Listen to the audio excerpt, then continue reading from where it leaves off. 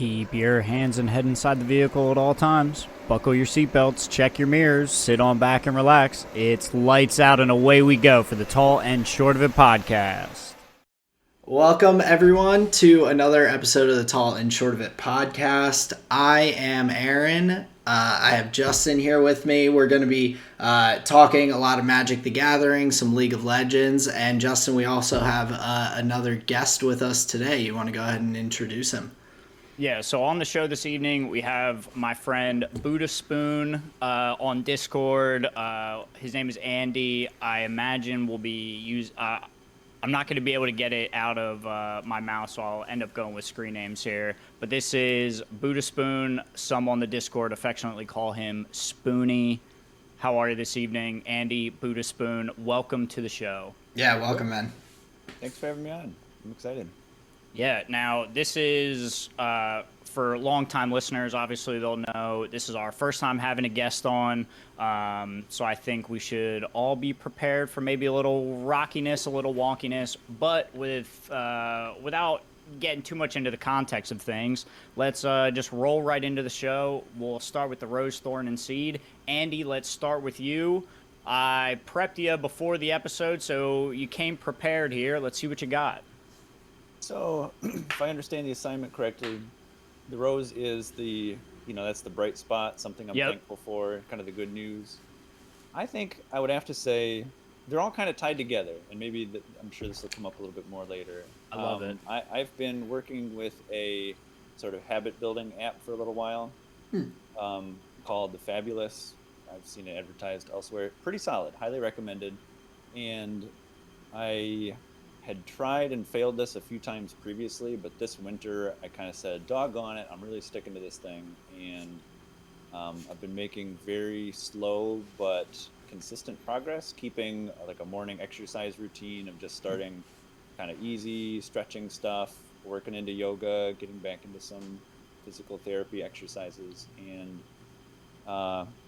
it's not much, but it's a pretty big win for me to be able to say, like, I've been doing it. This is like day 25 or something without interruption, and I've been sticking to it. So that's awesome, because I feel like it's like 21 days to form a habit or something like that, but it obviously, like, things like that can get thrown off track so easily early on, so that's pretty cool.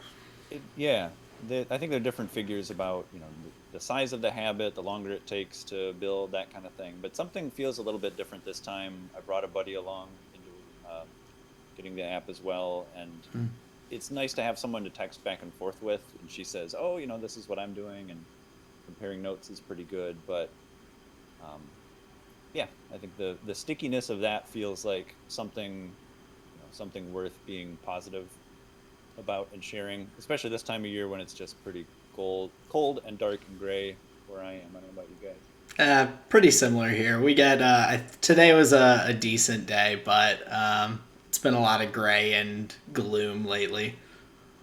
Now, does the Fabulous app go into the mind chemistry, the psychology of it? Like, does it go into how it's helping you? It does a little bit. Okay. I've been one of those guys that's kind of like, why am I not exercising? I'd better read some books about exercising instead of or read books about building habits so I can figure out why I'm, such a couch potato or whatever.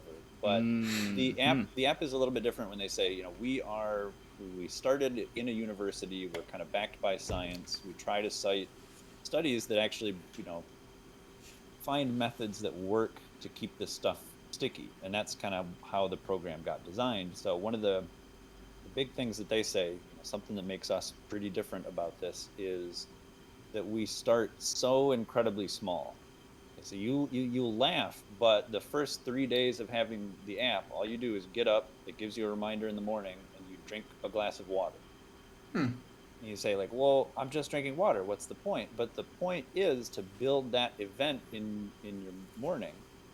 So you learn, okay, something happens in the morning where I start doing stuff. A few days of that, and then it's okay, you drink water, now you eat a good breakfast, and then after you're getting used to eating a solid breakfast for a while, it's and then you add some exercise. And so that slow incremental build is kind of their whole, like, this is why it works, because we don't just say, download one of these get shredded programs and just start getting shredded, because like that sucks and it hurts. And so like, why would you keep doing something that sucks and hurts? But if you just say like, I will, do like wherever your fitness level is, someone like me, say, okay, do 1 push-up. Tomorrow, do 2. 10 days from now, maybe you're doing 10, and like, oh, that's, you're coming up on a set, man. A month later and you're doing 30, like, okay, if you could just make that little incremental gain every time, that's pretty big. So That's pretty interesting too, because like I think with things like fitness and stuff like that, there's a lot of like hesitation in terms of like I know that there have been a number of times in my life, because I've had periods of my life where I've been going to the gym 5-6 days a week, and I've had periods of my life where I'm doing absolutely nothing. And one of the biggest deterrents that I always have had for myself, or not always, I've gotten better at it as I've gotten a little bit more, I'd say wiser from experience, is I've worried about going back to the gym after a long period of not having gone, because I know I'm going to be really, really sore a day, 2 days, whatever afterwards. And so like that building gradually, and I've started to learn that, hey, if I haven't been in a while, like go and just do a little lighter. Like there's no harm in like lifting a little lighter, not being there as long. I'm getting there. I'm doing something. I'm like, I think that's cool that it leads you into like gradually building these habits. And also it sounds like it also builds a habit of kind of like checking the app as well and being like, okay, so like what's on my docket to start my day and all. yeah, they give you, they phrase everything as a routine. You have a morning routine, and then after a little while you build in an evening routine, and they kind of encourage you to add some of your own stuff if you want. Don't add too much too quickly, but the app has a lot of support. It's more than just you adding your own stuff. That it gives you a program to follow. So if you've been doing X, Y, and Z long enough, now you're ready for the next phase where they keep adding more stuff in. And as you complete different sections within the app, they say, well, what do you want to do next? Do you want to focus on sleep? Do you want to focus on meditation and attention span, focus, that kind of thing? Or it kind of lets you pick different programs and tries to gradually add those things in. It's highly recommended if you are looking for something like that, to add a little bit of structure and try to build some habit that you've had trouble making stick. That's been a big theme for me, so I'm like very grateful that I found this thing, and I don't know, it's doing its job. I'm doing it. I don't know who's driving the bus actually. Well, it sounds like a good program that is engaging enough that makes you wanna like keep doing it. There's something you said about like hey, that's a set. Like you start to like be happy about those small developments. I think that's the like one of the most important parts is you actually like revel in those small successes, and then it starts to become like, oh, I want that feeling again. I'm gonna nail these 4 push-ups, and you like be genuinely proud about that, and not in like an ironic way or anything like that. But I think that's really strong. Now you said your thorn and your seed were kind of wrapped up in it, so keep telling us more. I think the I was gonna say, oh, Thorn, I got some work stuff. I'll just leave that at. Yeah, don't be boring like Aaron. He always brings work Don't stuff. talk about work. It's a weird time to think about logistics and transportation and labor shortages and all that kind of stuff. But we all have jobs and we know how that stuff goes. I would say the thorn that ties into kind of my fitness journey, if I could call it that, is just that. For having been someone who has not had a regular exercise routine for so long, I'm 36 now, and some of this stuff is catching up to me. And I find like more and more I'm spending more of my time just complaining about what hurts and what, flexibility I've lost and that kind of thing. And something that I struggle the most with just kind of in general, but like especially with this app, is those days where, okay, I get up, I'm going to do my exercise, and it just feels like I'm doing the exact same amount of stuff that I did the day before, and it's like I don't perceive any progress. And in a way, that's like kind of the most frustrating thing where, other days I'm celebrating going, yeah, like I think I did it a little bit more. I'm kind of like, I can feel that I'm growing a little bit. But then those days where it feels like nothing changed and I'm still like, I feel like I've been in this place forever. Am I even gaining anything? And then you start kind of second guessing yourself. And that, I don't know, that's sort of I think the pitfall of doing something like this, where you expect to undo years and years of sitting around playing League of Legends and like imagining that your back injury is just going to go away in a week or two or something. And like it doesn't. It takes time. You're building a lot of the core strength and that kind of stuff. So it's, I don't know, that slow, it demands that you trust the process even when you can't see that progress is happening, but that doubt that creeps in is definitely the thorn, I think. Sure. It's Aaron, what were you gonna say? I think it's one of those things too. So like you're with this, you're making a conscious effort daily to like want to work on whatever it is, whether it's your morning exercise routine or drinking more water or whatever the case may be. If I think it's can be almost related to like your appearance. Like you look at yourself in a mirror every single day, most likely, or when you're a kid and you're like growing, you're maybe like not seeing it or anything, but then when you as a kid, when you stand next to that pencil mark on the wall that you drew last time and you draw the new one, you see how much you've grown.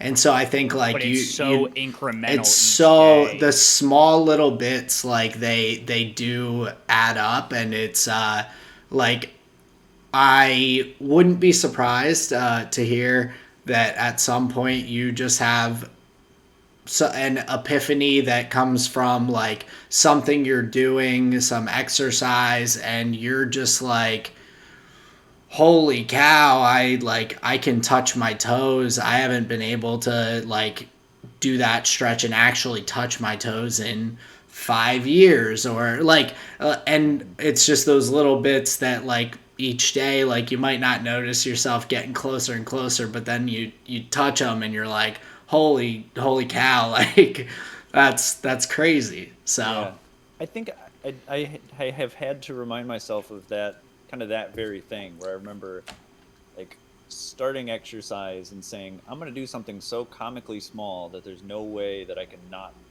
that I could fail to do this. And then after a little while, it was like, okay, I'm going to start easing my way back into yoga. And I really like some of the warrior poses, all that sun salutation stuff. So like doing a lunge stretch and going, like, I remember the first day that I started doing that and I was kind of wobbling and like not as stable as I remembered being. But now it is better, but the time that it took me to get from there to here was several weeks, and over that time, like you said, that's you creeping up the pencil marks in at a rate that is hard to see day to day. yeah. For sure. Do you have a particular style of yoga or type of yoga you do? And this is more my own curiosity. I'm very inflexible. I've been a runner, baseball player, basketball player. I've done many sports, and I've never managed to do much increasing of my flexibility. And so, I mean, it's due to my like I stretch, but especially when I was younger, I definitely didn't em- emphasize it as much as I should have, because I was just naturally relatively like athletic with my movements and all. Yeah. But I've wanted to try yoga, but I'm always like intimidated by my lack of range of motion. I think to answer the first question, I don't know that I have a particular style. the yoga studio that I've basically just gone to one studio in town, and I think they do vinyasa yoga primarily, which I think it is a little faster than other styles. And Okay. I'm not really sure. You know, they're not like really strict and kind of dogmatic about which group they're part of. Um, One thing that I found, I guess I would encourage you to go check out a yoga studio if you think there's one in town that seems legit. Okay. There's a little bit of there can be. I'll share my experience. I won't tell you what to expect because maybe you know your mileage will totally vary. But going in there, I had to check a little bit of pride. I think saying, okay, I'm going to start at the beginner, easy yoga, the very bottom of the barrel, like the simplest class that you offer, and going in there, and it was like a bunch of well into retirement age women, and then me slapped in the middle. Like, okay, I don't know that I really belong here, whatever. But like once I got into it, and the teachers were all really nice, and I had a good time, that kind of mattered less. The women that knew each other were all giggling and having a great time and everything, and I like, okay, I think I got to handle the basic. You move up a little bit, and it's incredibly rewarding. There's something very magical about, to me, being in a class and having somebody telling you what to do next, especially when you get to that point where you go, man, I'm tired and I want to lay down. You go, no, we're, here now we get to the cool stuff. And then you got 20 more minutes of class where they really grind you into the dirt, and you walk away with this, euphoria of having visited a personal trainer that really pushed you to an area where, you're getting a lot of benefit from that time that you put in. And the nature of the exercise, yoga over stuff like weights, I've found is a lot easier to, in the moment, very immediately pull back and not do quite as much. Like if you say, I'm totally gassed, I can't stand on one foot anymore, you modify a little bit, you keep going. If you're doing in the middle of some big weight set, you can't, take that stuff off and put it right back on after you've caught your breath and everything. It really meets you where you are. And yeah, I think it's, especially if it's something you're considering, if you say, I think I'd like some more flexibility in my life, I think it can be a really cool thing. Yeah. Yeah, that sounds sweet, honestly. Yeah, I dig that a lot. Well, my girlfriend Colleen, I'll probably reference her a few times on the podcast today. She does yoga. She did hot yoga with her friend the other Cool. week and everything. And I've kind of just like sat back and just like been like, okay, that's your thing, honey. And like, but I'm intrigued by it, and I want to test it out, but I have not been willing to dip my toes in quite yet. So yeah. Yeah, highly encouraged. I think it can be, unless that is like her time with her friend and she doesn't want you tagging along. Right. Yeah. If it's something that she would be excited to have you come along, it's a cool couples thing to do. It's a very fun shared experience. It's almost like dancing. You're not touching in yoga, but being, standing next to someone that you have a strong relationship with, and seeing that you're both like sweating and grunting because this thing is super hard. It's like, wow, we're doing this together. We're having this experience, and you walk out of that classroom with a sense of shared experience and accomplishment and all that stuff. It's groovy with friends too. Yeah. Very cool. So That's sweet. awesome. Now, that was a nice little, what would you say, sales pitch for yoga. I'm guess interested, so. if that was the thorn, I'm interested to hear what your seed is. Oh man, I think What are you looking forward to? the I don't know, like that finding the seed has been a bit of a struggle recently. I think again this time of year is kind of dark and dull and everything. I've got it on my to-do list to uh, call call the physical therapy place in town and talk to them about some shoulder pain. And that's one of those things, kind of like signing up for another yoga program or whatever, that like I'm both apprehensive and kind of excited to go to a place where I've got somebody. You see this recurring theme here where I have someone who is like telling me, hey man, like you got, this is what you have to do.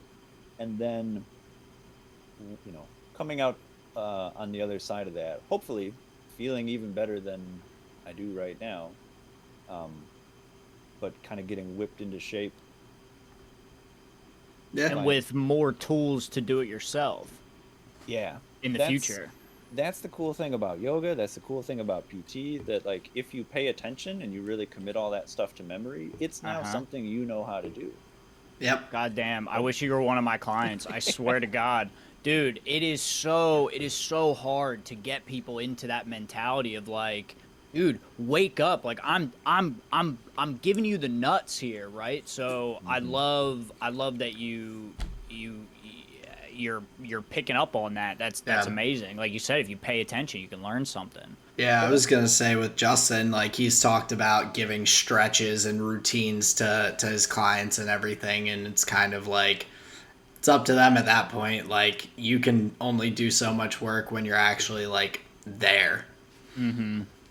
That was one of the catalysts for me looking into yoga in the first place was kind of or the catalyst for going to the class. It was something that I thought I'd kind of like to learn how to do this. This seems like a great exercise to really build strength and flexibility.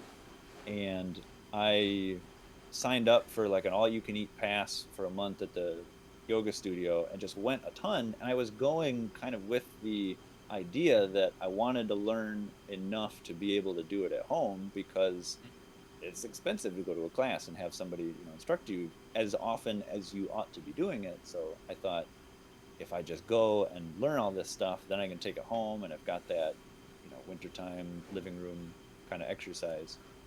um, and PT is kind of a lot of the same stuff. Like they can tell you what to do, but if you're not doing it, if you're not doing your homework, you're cheating yourself. There you And I know go. that because I cheated myself for a long time because I quit doing my PT for a while. So I can speak highly of it in both directions. Yeah.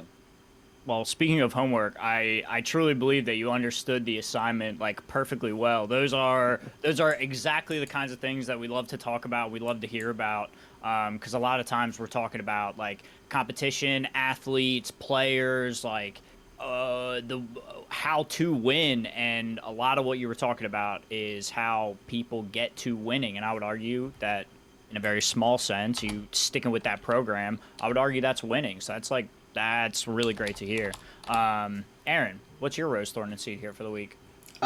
So I'll start off. My rose and my thorn kind of tie together a little bit. So my rose is yesterday at my rec league basketball that I play in. We got our first win of this season, so we're 1 win, 1 loss, Nice.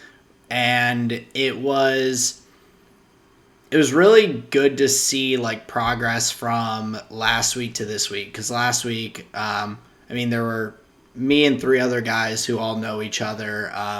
I had played basketball with 2 of them in a previous league, and the other one I just knew from like being in our friend group and all, but I hadn't played basketball with him.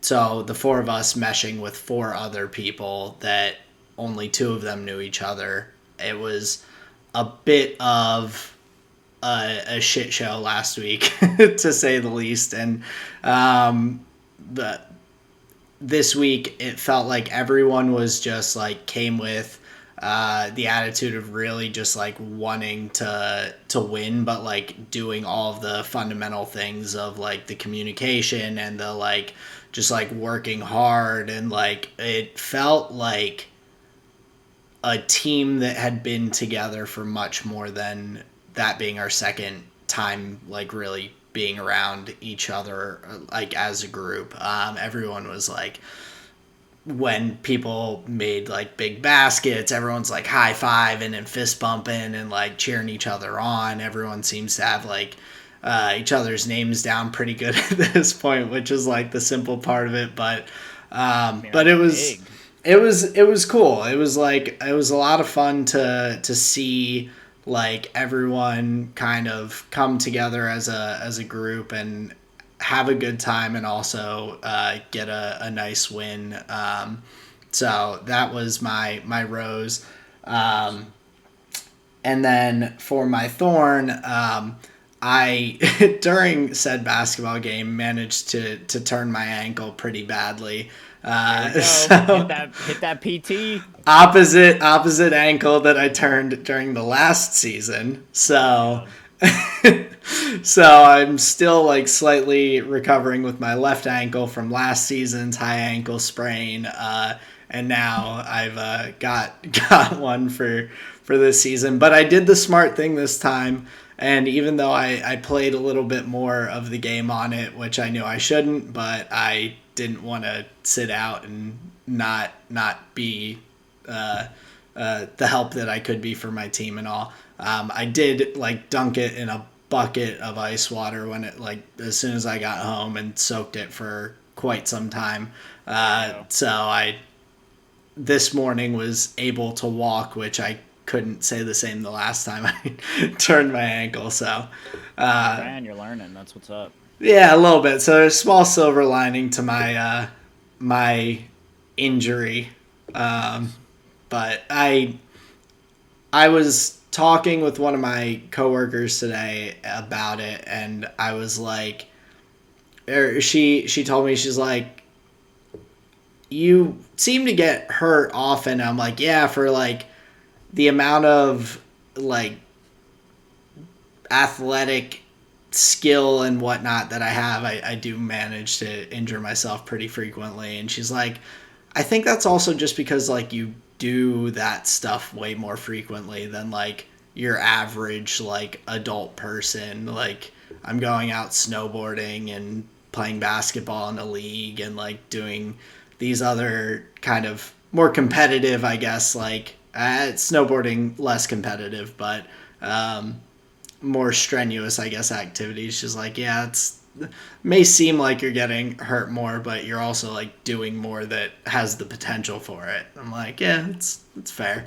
So Yeah, like how many people do you see limping around the office, like with crutches or whatever? I can't imagine it's like a high occurrence. not really, not too common. So Yeah. but yeah, so that is my thorn, and then for my seed, it's I'm gonna tie into two things that Justin said already. So one, it is about work, and two, It's just like I'm out. All right, see ya.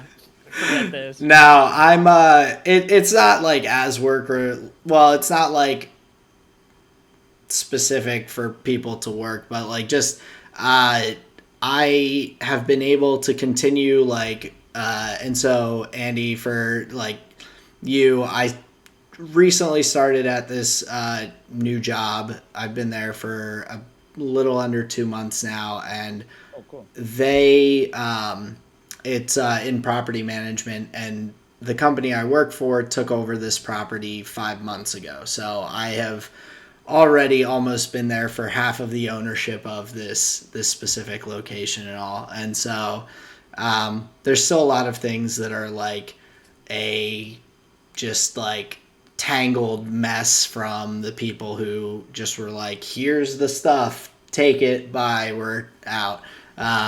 So I've been able to, I finished a spreadsheet yesterday that will help with a lot of our consolidation of like information and everything for our team. And I was able to use some programming and macros and things like that, which, Justin, you were talking about GitHub and like open source code and everything. Is that where you got it from? I did not, but similar kind of thing. I was That's cool. researching, like I've never written a macro or anything to do specific things in Excel before.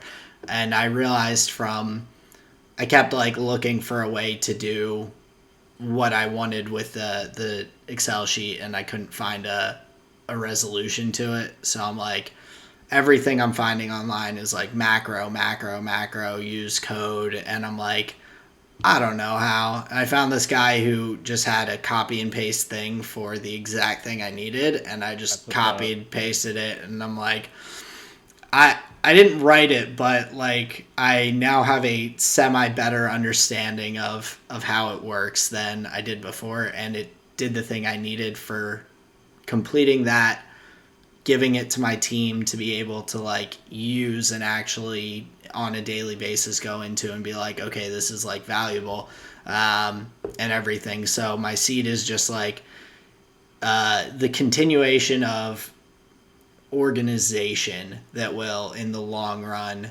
hopefully transfer into lighter workloads, more efficient processes, and just make everyone's kind of lives a little bit easier, less tedious. So That's sweet, man. And people seeing that you know how to be an Excel wizard is, you know, a cool thing to bring to the table at a new job too. If they say, "Hey, here's what we're working on," and you go home and like, "Oh yeah, well, like check this macro out," and you blow everybody's mind with your spreadsheet. Like that feels really good. Like it's yeah, cool to learn that stuff. everyone was like very like complimentary. They're like, "That's really awesome. That'll like." They're like, "Yeah, that's something we needed." So And all yeah, that stuff. The more you learn about. I'm a big fan of Excel. It's an incredibly powerful tool. It's the nerdiest thing ever. I mean, it's as dorky as you can possibly get. oh But yeah, the satisfaction of figuring out like, oh, I got this new spell, and oh my god, it takes all these different pages and adds these things automatically. Like something that you used to have to cut and paste and put together by hand, you've automated, and so that's now exactly what it is. It's easier, a it's less to think about.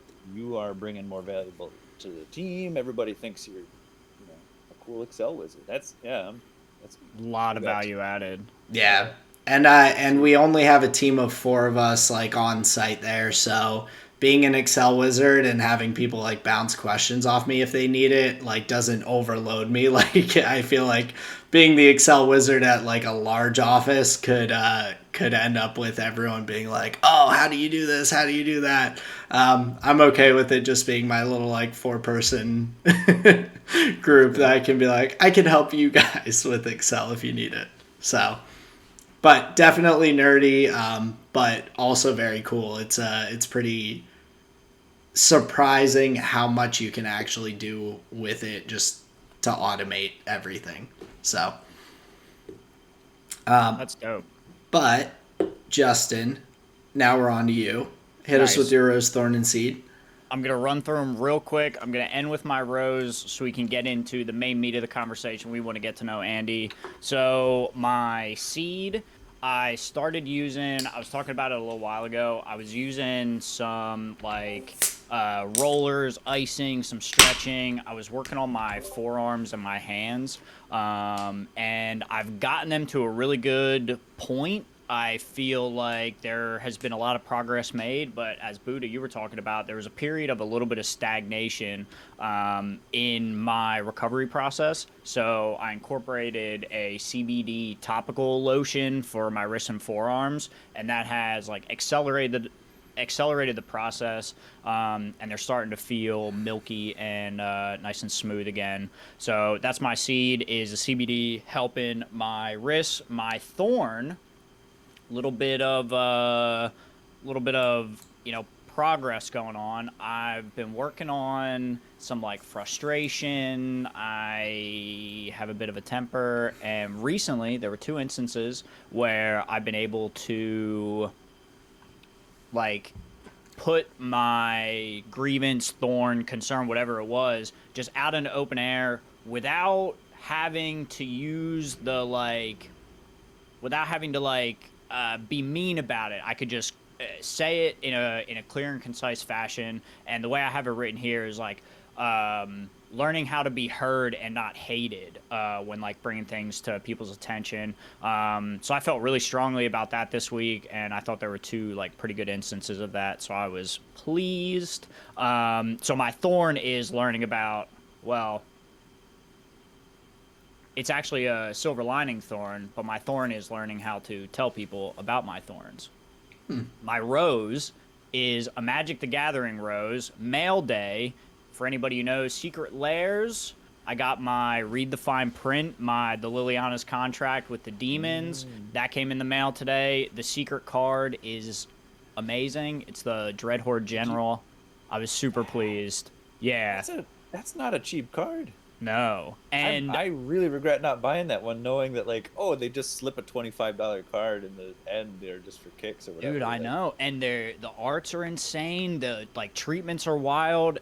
The secret card inside almost feels as chaseable as like the alternate prints. that is the Liliana we wanted in the other Liliana package with the horror movie art. I would have Yep. bought the horror movie one if it was Dreadhorde General instead of the other Yep. one. Yeah. Yep, 100%. So yeah, my Rose mail day got my secret lair, and now we can bring it into the meat of the conversation. So if you'll Expensive allow me, cardboard. yeah, expensive cardboard and the competitive meta surrounding. We'll get into some casual stuff, probably talk about some video games. But give me a second. I'm going to take a really roundabout way to loop this all together. But I think it'll be a great setup for the conversation here with some of the other topics that we have going on.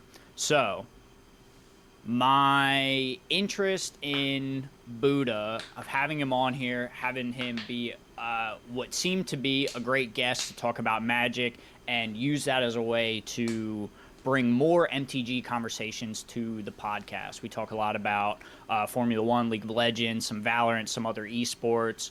But MTG is kind of like the thing that I just get to bother Aaron with at the end of the show. But I thought this would be a great way to bring in the conversation. Now, on the Mental Misplay Discord, they have a Patreon night.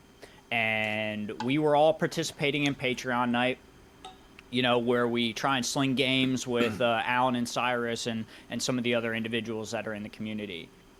Buddha was playing Urza, Lord High Artificer on the channel, and the game was riveting. I believe the pod, the players, maybe the atmosphere, there was something going on where it didn't feel like some of the other streamed games you would see where like people are distracted, they're in chat. Everybody felt like they were really locked into the game. And one player specifically, Andy, they're like insanely locked in. He had his face cam on. Like you could tell, man, he was looking for the W. All right. I was. So let's put a pin in that. Now there is an idea that I came across a little while back where when you see like a great athlete accomplish a feat of, you know, a gymnastics thing or like he nails it out of the park for a grand slam and the whole crowd just jumps to their feet, they start screaming. In that moment, what we believe is going on, or it was presented that this is what they believe is going on, is you're watching somebody succeed to the degree that they're getting better while like in that moment, and that like you're watching somebody be so great that they're actually like bending their skill to become even better. Now, let me give you a little example here from the Formula One world. Now, last year, Lewis Hamilton has I think it was a 5-place grid penalty for a sprint race in Sao Paulo. So just a like brief thing with that. So F1 introduced sprint races this year, which basically is like you qualify, you have a short race, which for them is however many laps is 100 kilometers. Like 15. Yeah, so typically it's like 15 to 20 laps. And then whatever position you finish in for that is how you start the actual race. So Kind of a placement qualifier. yeah, they typically have like qualifying, but it's just however fast you did one single lap. This was like you're actually in kind of a competitive race for that position and all. It was a test year for the sprint qualifying. So this weekend they had a sprint qualifying. Lewis took a engine penalty that put him, after the sprint race, put him P10. So the 7-time world champion Lewis Hamilton expected to be at the top of the grid, right? He's contending with Max for the championship. It's like on. Lewis Hamilton gets this engine penalty. He starts 10th. It is those races where you see the legend become more solidified, because not only does he go on to win that race, he has to do it in such amazing fashion where some drivers, they don't overtake at all. They don't get to overtake at all. But Lewis, he did it 9 times. Did it against some of the other top drivers in the world where, you know, Formula One is a sport where a lot of people say, like, oh, your qualifying position is like, oh, that's where you end up. My man broke that rule and went and won. Okay, Well, so and what makes that even win so exciting is he like, he wins in a way that is, he's becoming better at the same exact time, where it's going to be harder to beat that guy the next time too. Now you see where I'm going with this. Go ahead. What I are you was gonna gonna say? say, I can imagine watching a game like that has got to be pretty electrifying. That if you describe, like, you know, where you start in the placement, to be a competitive Formula One driver, like, the standard is not losing rank in that order. It's not expected that you pass people necessarily. So to see someone who is that highly regarded put under what is essentially a significant handicap Oh yeah. and come out on top of that, that's like, I don't know anything about Formula One, but I can tell, like, I bet that was amazing to watch. it was, Big time. it was incredible because That's he, cool. with the engine penalty, like he started in last place for the sprint qualifying, and so he made up 10 places in the short race to even start 10th. So he literally went in one weekend, went from last to first. Wow. In a it was and like Justin was saying, like, yeah, you can see from that, like, he was put in a position, and I'm assuming this is what Justin is going to get to, being put in a position where you are, like you said, expected to kind of just maintain, not necessarily go forward, backwards, but like you're where you're at, and to see him find ways to just get those little inches forward until eventually being up at the front is pretty, or not pretty, extremely impressive and cool to watch. So Very much so. So now that we have a little bit of setup, you see in the pro world where something like this is occurring. Now I want to bring us back to that game where Buddha's playing Urza on the Patreon night. So in the final turns, the board state that was present, if I remember correctly, you had to fight through some disruption and keep your pieces on the battlefield to then go through and win the game. He had a bunch of cards in hand. The win was not obvious from his position. Oh, that's right. Yeah. Exactly. That's why this is so fascinating to me. So it was clear that at the start of this sequence, he didn't see the out. He did some thinking. You know, obviously there's some table talk. People are joking around, blah, blah, blah. Andy's just in the tank thinking. He says, I got it. Bam, bam, bam, bam, bam. Plays through the Tyrant line of the Urza deck, I would say, beautifully, to then go through and win the game. Now, It was go sweaty. ahead. That was so Very sweaty.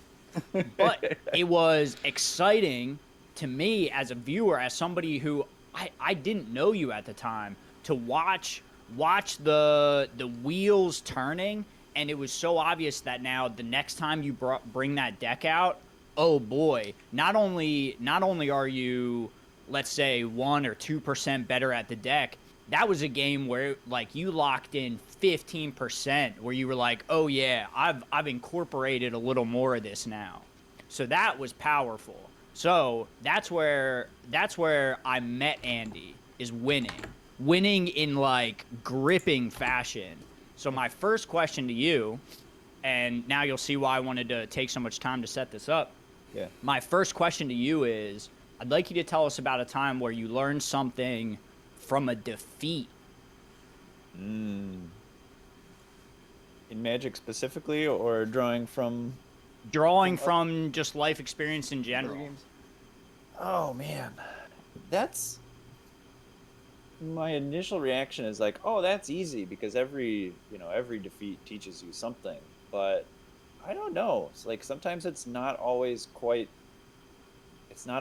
as clear. Right. Magic. I mean, I don't know if I had said this to you before, but I feel like every time I play at a cEDH table, I definitely learn something. Yep. Like I'm kind of really hooked on those games because I feel like there is so much to learn, and there are like really um, very obvious takeaways when you get done and you go, oh, like I looked at that hand and these two cards were just side by side, and I go, oh, that works in a way that I want, and I didn't know that that was in the deck, when I started shuffling up. But the defeats, I think I had one. I had one of the Urza games that I played recently where like I fumbled around. I thought I did everything I could during my turn, but I passed the turn and then I looked at something that I had and I said, "Oh, like that was the piece that would have won me the game." And so as Mm. the other guy was halfway through his turn, I'm just staring at this card in my hand and going, "Oh, like that was the card I needed." I learned that Mystic Sanctuary is fetchable and can get a spell out of your graveyard. Mm-hmm. So if you have any way to draw a card and you pull a fetch land, that's as good as a blue uh, regrowth or whatever. Oh It's yeah. like, oh my god! And like I think I had the mana and a tutor in the graveyard to go get the piece I was missing, and it was just like that was an easy win. You know, Gotcha. I had done everything correctly in that game. Luck or whatever is a factor too, but like that game was such that if I had known that this one card counted as an island and was tutorable with this other thing, that would have been a clear win. And so like the whole rest of the game, I'm sitting there watching everyone else like finish up. Somebody won on that turn cycle. It didn't get back to me. Um, and it was like it kind of stung, because I knew I had the cards for the win. I just didn't know that that was what they did. So that one just got super uh, burnt into my head. Like, Mm-hmm. this is a powerful tool. Like, that's why you have fetch lands in this deck, so that you can tutor your blue, Noxious Revival or Regrowth, whatever puts it on the top. But Yep. yeah, I think that was a big one. It wasn't that like I didn't make a specific move that cost the game, but like I had a move that would have won the game. I just didn't see it at the time. So Gotcha. that's why I was sweating big time in the game that you were describing, because um, I drew a number of cards for the casual Magic players. I drew a number of cards where victory should have been absolutely certain. Mm-hmm. Like to draw that much of your deck and not be able to go, oh yeah, a piece of cake is right here. I didn't see it right away, and that's why it was immediately like, no way am I going to be that guy that says, oh, I draw 36 cards, pass, and like in front of people, watching on the internet too. I was like, I can't. There's got to be something here. That's actually a great answer because yeah, a lot of times, and I'm a big advocate of like not and you had brought this up when we were playing another game is not blaming the system, is like trying to find something that you did first that like before you, oh, I didn't draw well, oh, he killed my thing, like first look at like, oh, what could I have done differently. And it sounds like you may have been in a little position of like, I just be a little more patient. I think. Something Oh God. something that comes up a lot. I don't know if you want to talk about playing Hunt Showdown at all, but there are some games. That's one. Magic is another where League of Legends was a big one. I remember having this conversation so many times with my group where we would get done and we'd go, either we thought we were going to win, but then we didn't. And at the end, we say, well, why did we lose? And was the answer because we played poorly or because they played well or some combination? And so Mm-hmm. the habit that I tried to culture, playing League specifically, and I do bring this to other, FPS games and kind of Magic and everything, is to ask what the takeaway is from any game, win or lose. To try to say what did it we learn this game. Oh, sometimes a lucky draw, 5 Soul Rings in your opening hand. Oh, pretty easy game. Or was it, oh, that time I didn't, I was patient and I held this in, strong card to later or whatever. So like finding those things that impact the outcome of the game, I think is, I don't know, is that just what it means to be competitive or whatever? It's the kind of vibe I get from you guys, that you're thinking about things in those terms. Mm-hmm.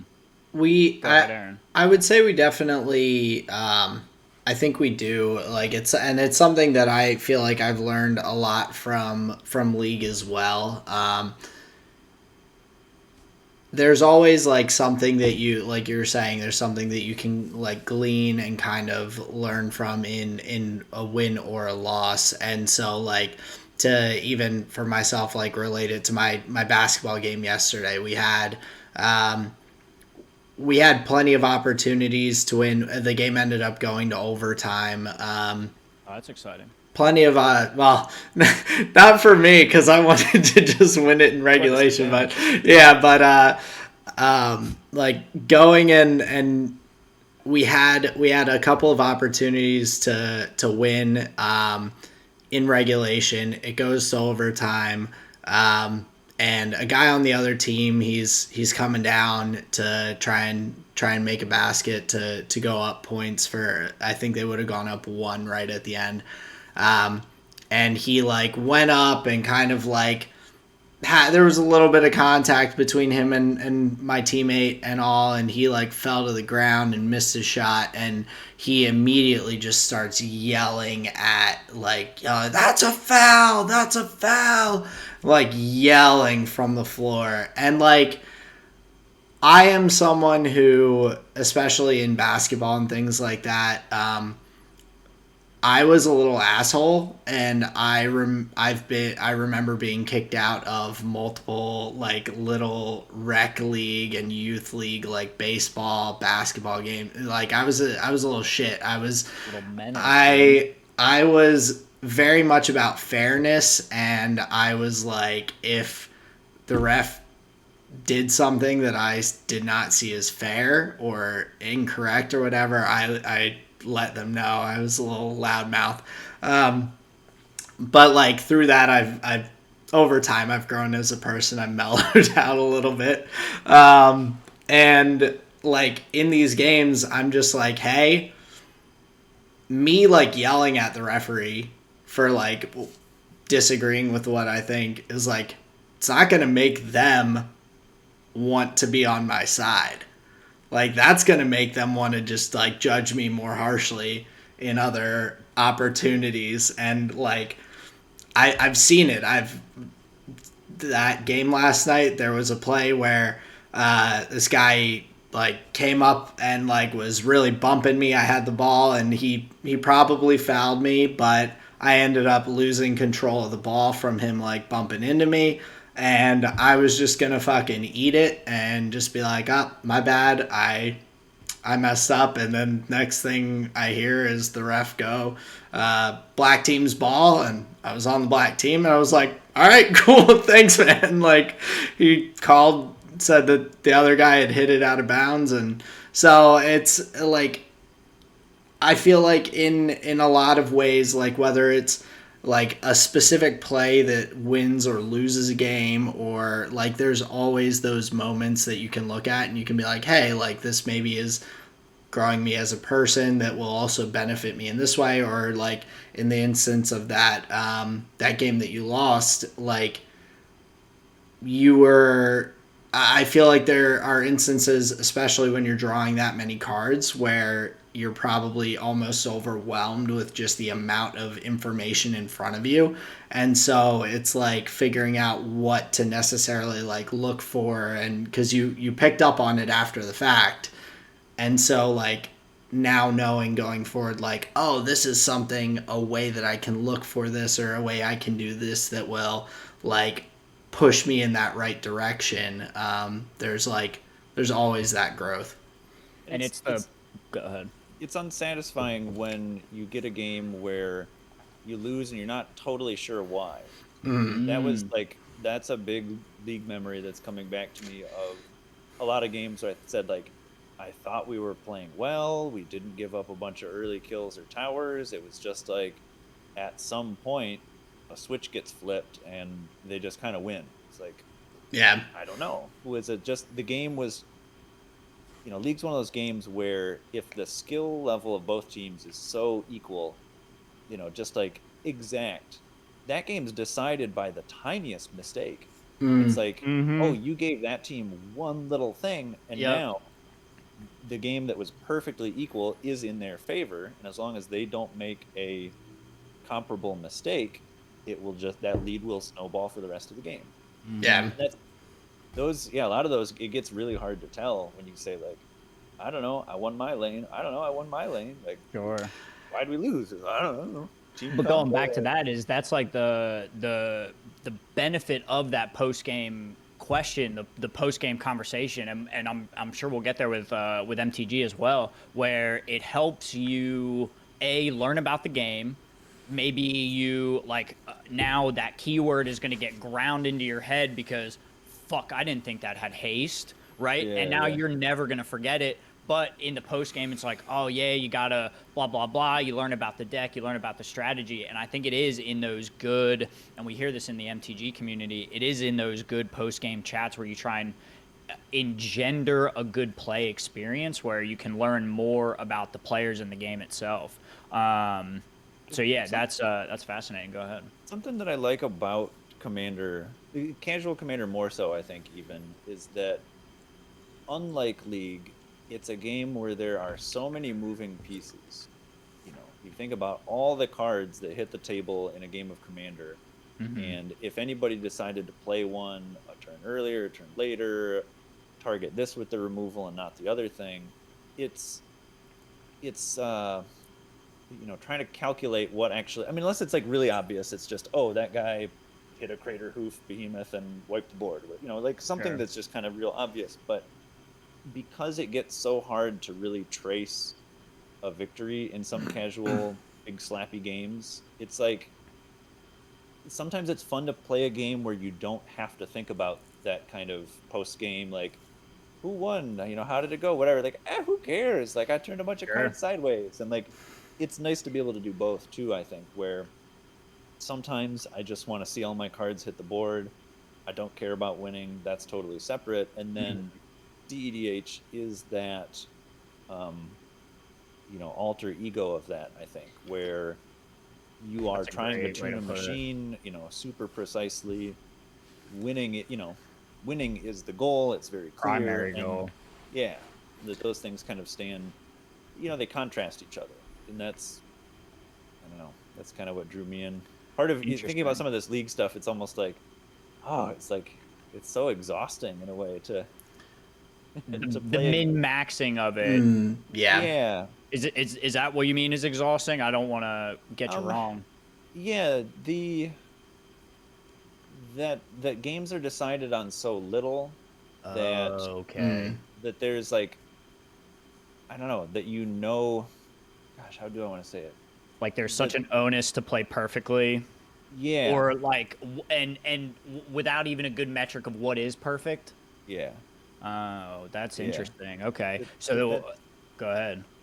I think that's about it. It's Okay, I'm terrible there's at so cutting many people small off. details and they all add up and it all really matters. And sometimes, through the grace of matchmaking, those games are so close where, yeah, like if you're into it and you're not tired of grinding ranked, like that's what you want. You want that game that's so close where you just feel like I am playing at the top of my game. I'm not missing anything. Things are going really well. It feels very satisfying to know that you've got your game, I want to say down to a formula, but it's like, you have to adapt in the game and all that kind of stuff. But it's when it all comes together, it's satisfying. And when you can't point to what you did wrong, I guess to kind of, bring it back to the question you had a while ago, when you lose the game and it's not clear what that takeaway is or how you can improve, that's the part where I kind of shrug and go, yeah, okay, I think I'm done with League for tonight because like I don't know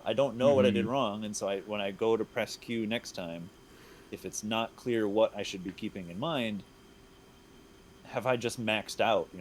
Can I Mm. get any better at this point? And you have nowhere to search. That leaves you in kind of an awkward place. That reminds me of the mentor character in 21 when the young character, he goes off all night into the casino and he comes back and the mentor character rails at him and he says, "You weren't playing the system, you were gambling." Right? Where like you stop doing the calculations and then you're just playing the game, and that's when it becomes a problem. That's when it stops. So that's really interesting. Now, You were playing casual Commander, weren't you? right. Well, That and Go ahead, I Aaron. was gonna say with Magic, I feel like compared to League, there's a lot more definitive of like a structure of what you could or couldn't do, which like makes that a little easier in some senses to recognize. Because like, say that specific game that you lost, like you said that the game ended that turn, and I've heard Justin's told me about different games that he's played and different times that he's, whether it's been in cEDH or in the other group that he plays in, where he's like, well, I couldn't win the game on that turn, but I could have done this and it could have extended the game, or it could have maybe knocked someone else who was in a position to win down and potentially given myself or another player in the group an opportunity to like move forward. I think that it's a component of like the turn-based strategy and the like, I think smaller group that helps make that. I feel like that in a way is almost more satisfying because you can at least figure out something that you could have done differently potentially to to have like changed the outcome of the game in one way, whether it ends up in you winning or not. Whereas like with League, you have a 5v5, there's 10 people on the field. One person could make a small mistake that you don't even notice because you are so focused on your own play and your own thing. And that person missed 5 minions and the other guy got a lead on them, and all of a sudden you're losing a team fight because the other person's a level up, and you're just like, you might not even notice it looking back to say, oh, this person was 11, they got their second rank of ultimate, my guy was level 10, and like we just didn't have the damage that they had. And so like it can be so finite but almost indistinguishable, like the difference, where in Magic I feel like from everything that Justin's told me, anything that I've seen and watched, it's much more discernible. Like you have a certain set of cards and you can either do something with them or can't, but you can analyze those specific things so like in detail, and kind of see how they will could potentially be utilized differently or played a turn earlier or whatnot. So That's But a then good also, comparison between games like League where there's very little RNG involved in it.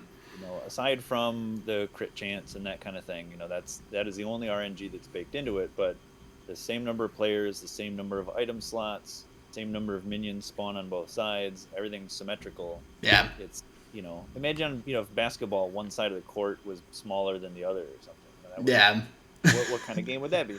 Magic is a weird fish that way because you shuffle your deck at the beginning, but you chose what goes in there. So yeah, if you shuffle it just so, and it's 50 lands at the top of your deck, there's nothing you can do about that. But you built the deck with the right number of lands to mathematically eliminate the chance that that's going to happen.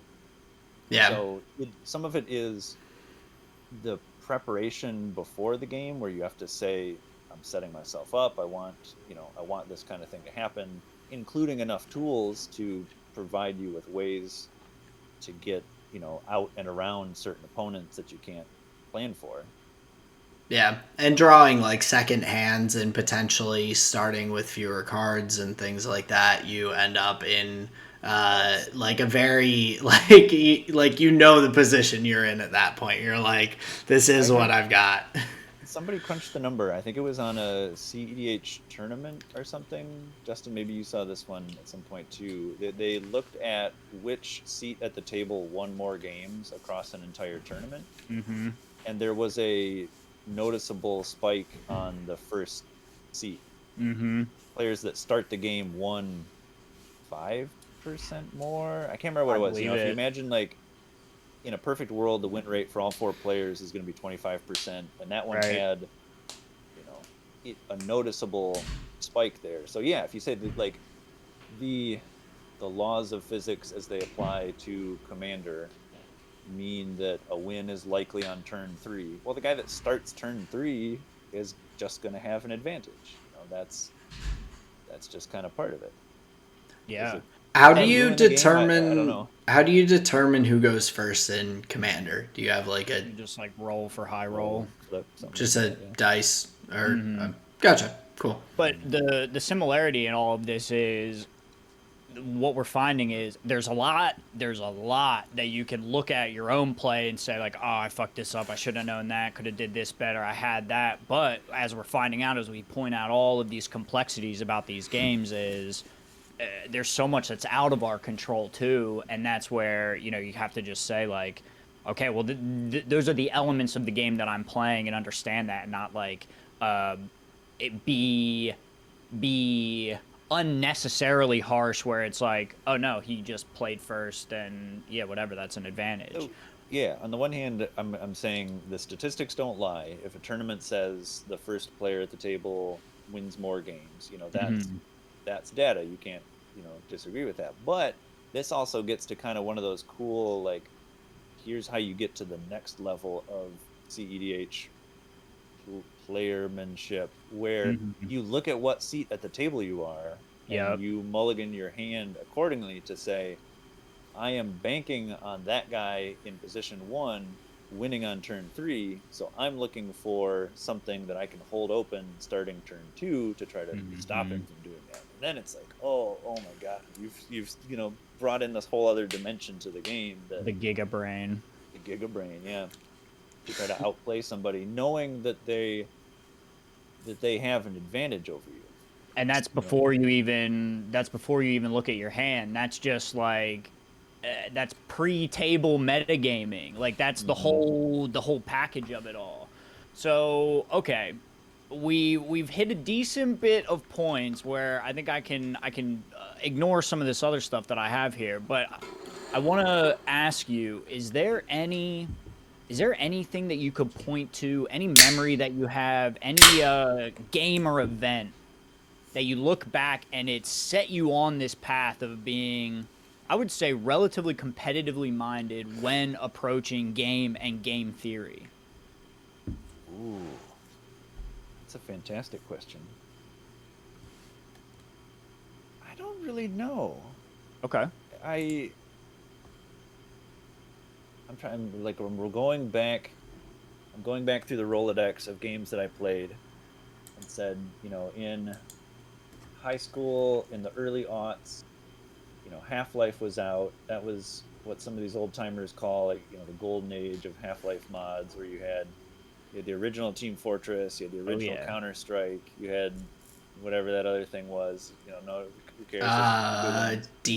Diablo? Is that the no? What's the no?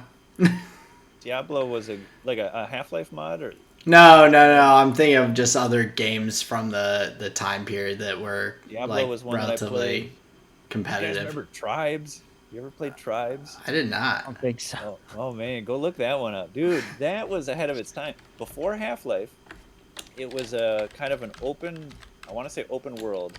The arenas were huge outdoor areas with a big floating base at either side. It was all jetpacks, uh, kind of like rocket launcher sort of weapons, capture the flag gameplay. It had ships that you could have your teammates ride in and fly around in between the Oh wow. bases. It had little armor stands so you could change the armor on your character, which affected your speed and all this stuff.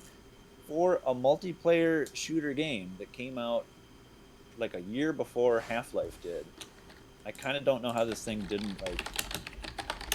Half-Life came out and it would just overshadowed everything because it was such a game changer. But like, that was one of those kind of multiplayer games that I got into early on. And that was like 1998. I was gonna say 97 or 98. Yeah, which is for the time period and everything is honestly very like impressive that they had all of those. Like it sounds almost like Halo-esque, but with like additional components, like being able to change your armor, and you're like in Halo, like everyone's just you're in your state, like you're Imagine if you had medium and heavy armor in Halo. That's like, there were certain heavy weapons that you could only take out when you had the big thing. That's pretty cool. That it was way ahead of its time. But it's very much like, so. You know, almost nobody like try. You know, never heard of it.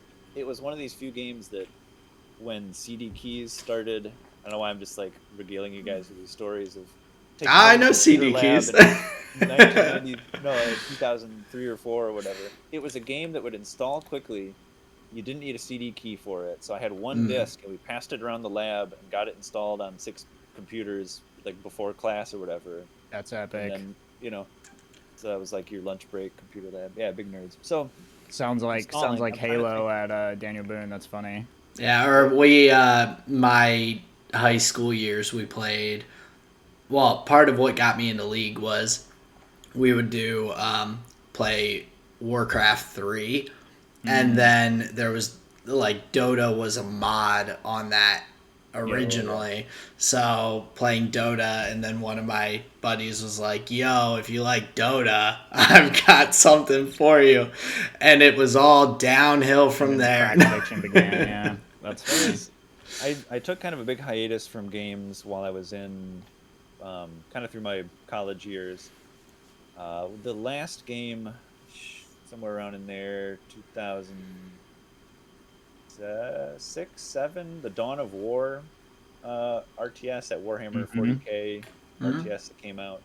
Another kind of oddball. I think it only appealed to some people because it was so unlike the StarCraft formula. I think that one, like, kind of hit a different crowd. I'm kind of digging, like, for where I got that kind of competitive spirit to it.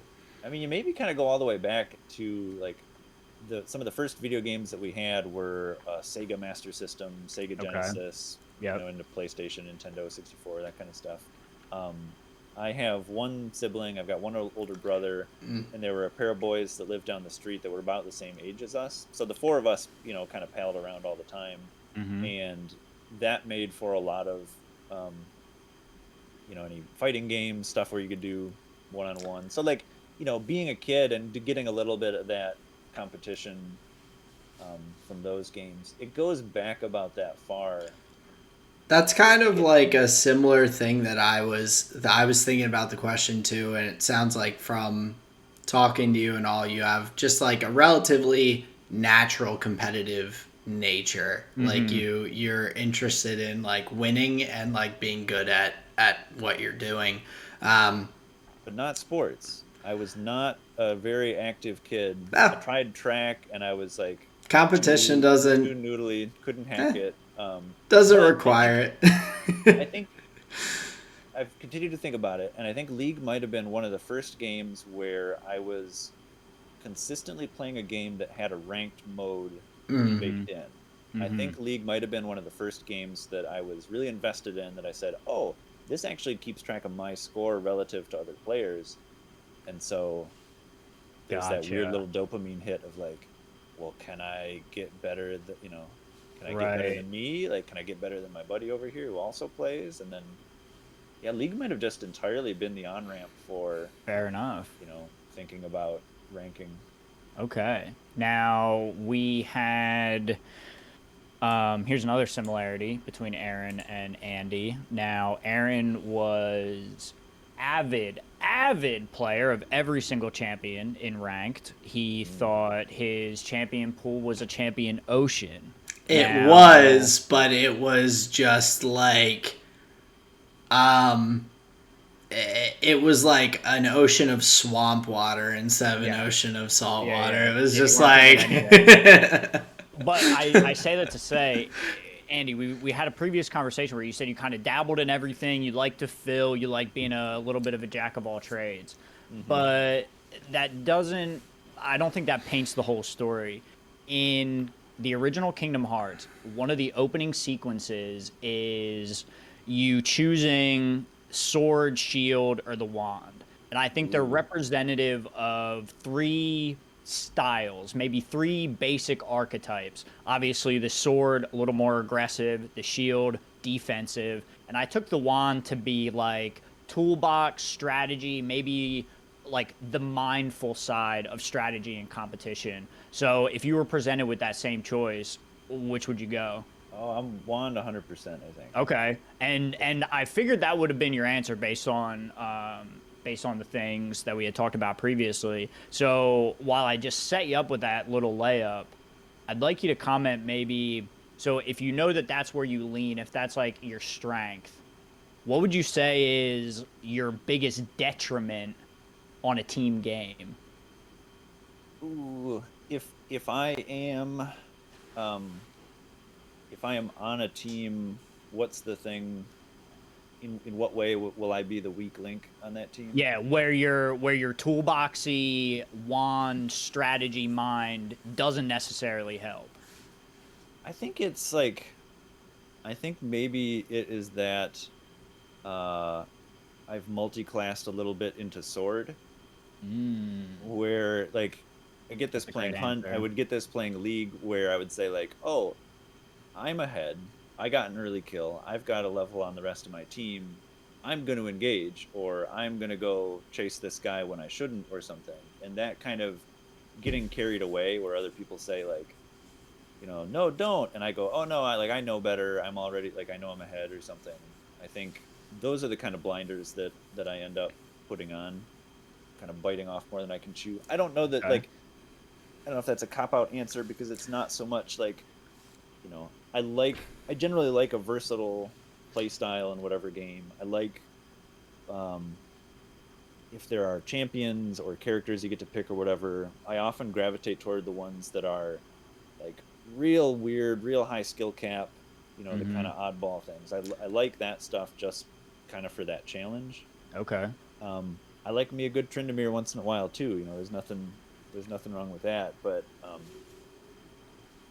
yeah, I think the thing that has bit me the most in team games is some type of over exuberance, or pushing ahead when I oughtn't. Gotcha. Okay, that's a great answer. And yeah, I don't think that's a cop out at all, because as you were talking, I was like, man, I'm very similar. My thing was going to be to say that like my one character flaw, I guess, is that like I would never take the shield. Like, I'm not picking this. Like, I would to a detriment where you don't even care about defense. You don't even want to know. I like am it doesn't intrigue me. I find much more like I'm much more interested into either using the toolbox and finding like unique ways to do things, and like, oh well, this champion can do this with this, and like I can like Lee Sin kick a guy into his team and knock all of them up, and my Yasuo teammate can ult and just like slam them down all at once. Or like I gravitate to that, or like like I can make the big play, I can go aggressive, I can like attack. And yeah, I don't. The shield that's my detriment. I feel like with that. Useless, eh? No, it's not. It's not useless by any means. It's just I don't like being that. You guys have World of Warcraft stuff in your vocabulary as well? Small bit from my time playing. I'm sure I do. Yeah. There are enough parallels between World of Warcraft and League of Legends, I think that they're almost the same. But WoW being a game where you build parties with a tank whose role is to soak up damage, a Gotcha. healer Yeah, whose yeah, role yeah. is to heal, and damage who does damage, and like that kind of building that sort of triangle of party mechanics. I don't want to say like uh, that League stole that in any way, but League like really takes that. I would almost say improves upon it. Mm-hmm. The shield in Kingdom Hearts. If you think about tanks in League of Legends, to Rito's credit, they made being a tank so much more enjoyable, um, with a lot more decision making in League than in something like World of Warcraft, where it's Mm-hmm. basically stand here when you need to and hope your healer doesn't let you die. The shield in League is often that person that I think still gets a lot of decision making. Mm-hmm. A lot of You know, times their responsibility is to start fights. Yeah, I they was gonna say start, like they bring the front crowd to back control. team fighting, Mm-hmm. like you're running into a lot of that. So that kind of stuff, I think, like, um, if we're playing World of Warcraft, maybe like, okay, the shield is kind of the boring role, and I would rather be, I don't know what. But there were times in League where uh, I think what do they call it? Like the queue preference or whatever, like the role that you needed to Yep. fill out a Yeah. queue or whatever. Um, Teams needed healers or teams needed support because nobody wanted to play it. So I said, well, I'll just get good at doing that, because Right. if 9 out of 10 teams that I queue up with, everyone goes, "Oh, I'm a terrible healer," like I would rather get good at that and win more games than like say, "Oh, well, no, I'm a better ADC than you." Like, so Mm-hmm. Yeah. that was kind of my life cycle of I would play support because it was what it was needed, until I got too many salty games where I said, "Oh, my carry didn't carry hard enough," and I got tired of keeping him alive. I'm gonna go do it because I know I can do a better job, and then Right. that kind of starts a cycle of rotating through the Kingdom Hearts choices based on which one made me the most angry recently. Gotcha. Yeah. Which one Yeah. was just too broken? Now, That's. I or want to go ahead. Oh no, or I I was was gonna just. say Uh, champion selection is the same thing. Like mm, whichever champion owned you the hardest last time, that's the one yep. I'm Who you locking, banned. because clearly that's the best guy in the game. You got to go play him. Mm-hmm. Big That's recency funny. bias with things. Yeah. Before we get into some of the meat of the magic talk, because I'm gonna throw a lot at you. I'm gonna have a lot more questions. I'd like to take a little bit of a break so we can refill drinks and come back fresh. Cool. Sure See you thing. in a minute. Okay, cool. And we're back. So the next area that I wanted to get into, we kind of set up um, kind of where your game tendencies come from, your like ideas about competition and this and that. But let's get into the cards, the cardboard, MTG and cEDH. Now we could start, and I could say, tell me about your first introduction to Magic. What's the first card that you remember? But I'm not sure that's really where we want to go. So there's a popular channel. Their tagline is powerful cards, powerful formats. And I think in four short words, that kind of encapsulates cEDH and what the maybe shine of it could be. So the better question is, what is it that got you, what was the catalyst that brought you into the cEDH side of things? Because I know you've dabbled in Magic sporadically, but what got that hook in you for the cEDH community? I it's weird. It actually has nothing to do with the game, if I'm being honest. I That's think fun. I got back into Commander with um you know c- casual Commander, just being able to Mm-hmm. slam down a bunch of really rad cards. Um, yeah, I think YouTube randomly served me up one of Mental Misplays videos, and I saw, their quirky art style, the kind of weird Monster Mash stuff, Alan's energy, and that this really small channel was doing a fundraiser for Trans Lifeline or something, and I was like, Mm-hmm. this is sick. Like these guys seem really cool. Like what's going on here? And I watched a little bit of the game, and I think it was those videos kind of dispelled the preconceived notion that I had that cEDH was some super sweaty try hard format. I think I came into it thinking that the people that play cEDH, or the super high power commander, that like, I don't know, there's something degenerate about it, or like the people are no fun to play with because the cards are so powerful, or I don't know, something like that. I think I did not have a clear picture of it based on whatever little random snippet that I had heard about what cEDH was, and seeing people slamming down all these real fast cards, artifacts with no casting cost, like, it looked interesting. And the more I watched it, and the more I followed the channel, because Alan's such a gosh darn charmer, I think uh, the uniqueness of the meta, and the how easy it is to bring a table together where the expectations for what the game is very clear in cEDH. Anything's on the table, just play to win. No matter what you do, it's fine. Whereas casual requires a little bit of that setup to try to bring everybody together to have a shared experience, which is cool too, and I'm all on board for. But I think I like both the format. I would call them two formats, and Same. say that I like them for different reasons. Definitely.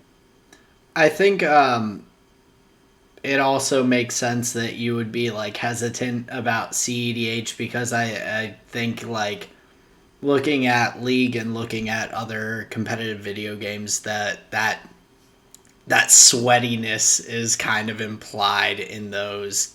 Like when you say the word competitive, you're like, all of a sudden it's like, okay, so the people who really want like this thing that's a hobby for a lot of people, Yeah. the people that are like, I'm taking this seriously enough that I want to like win, you expect, the expectation is that they're going to be just like really like intense and like whatever, as opposed to like just like, hey, this is a hobby for me and I enjoy playing, I enjoy winning, but like not that intensely that I'm like hyper focusing on these things. I think that's like with a lot of games, I'm sure that's a deterrent for competitive like modes of any number of things. That was something that kind of turned me off from League after a while, was that, because you rely on your team so much and you invest all this time and, pathos into the game, like a defeat can be so crushing. And when you get good enough at the game, you can see exactly who cost you the game, because those mistakes are obvious. And Yep. being able to just yell at that person in chat is like, you know, it's so bad. It I brings out the worst in so many people. And I just kind of said, like, maybe competitive games aren't for me. I'm like, I just want to chill out and play Stardew Valley or whatever. And so Yeah. it has taken me a while to get back to playing some Magic Arena and stuff, where it's still ranked, but it's one-on-one. I don't have to deal with people yelling at me, that kind of thing. And I think you're right. Like that sort of salty, sweaty vibe, kind of like, that was the first thing I thought of, because they call it competitive, Right. competitive, as opposed to Commander, which is like sold as a casual format.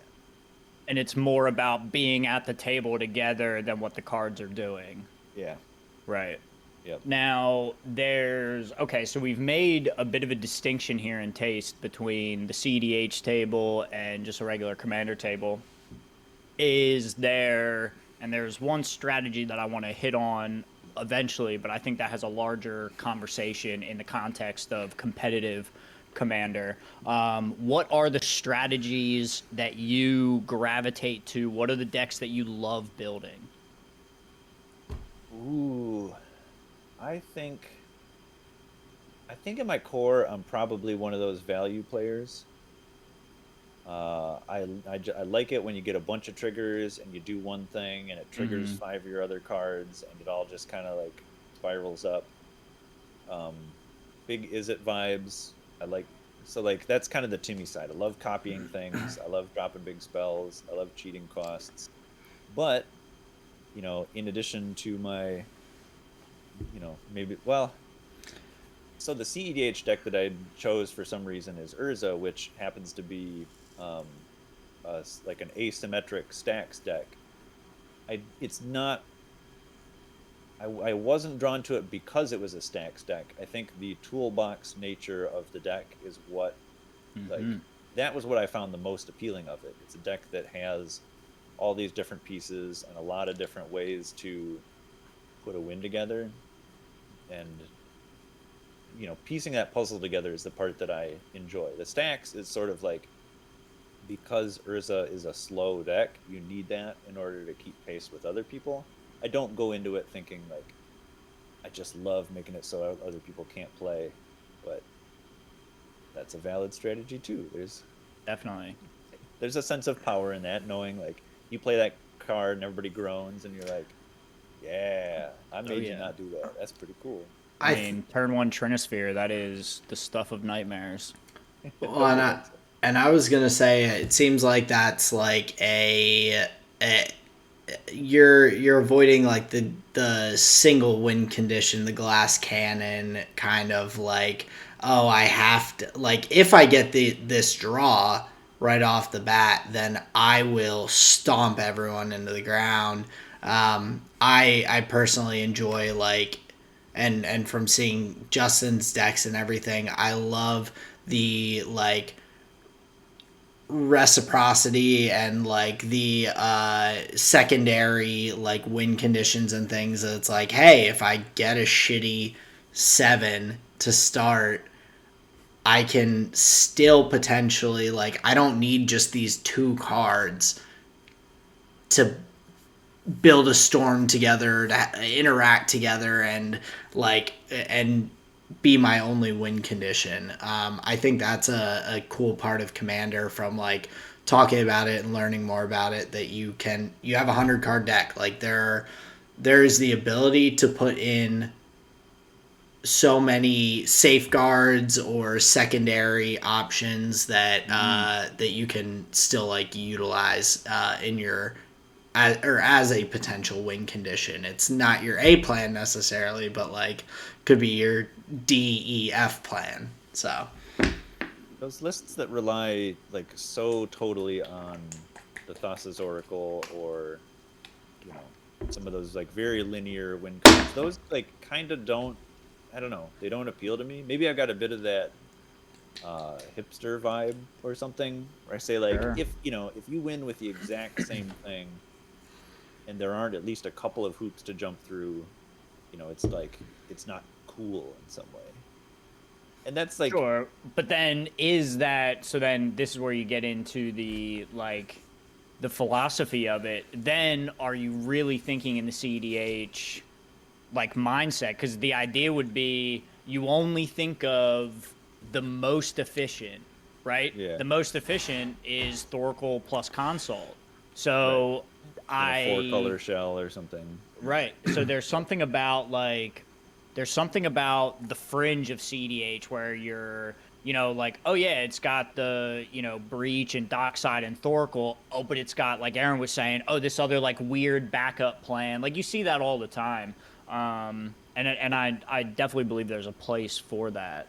I think there's a lot of people that seem to be, maybe it's just the mental misplay Discord, like that I follow that one, and I see people saying like, could this commander work in cEDH, or like, because it's already known that like, oh, the Thrasios Timna Turbo Naz is like one of the best decks, or maybe the Krark Sakashima or something. It's like, that's just kind of the most consistent, fastest deck in in the format right now.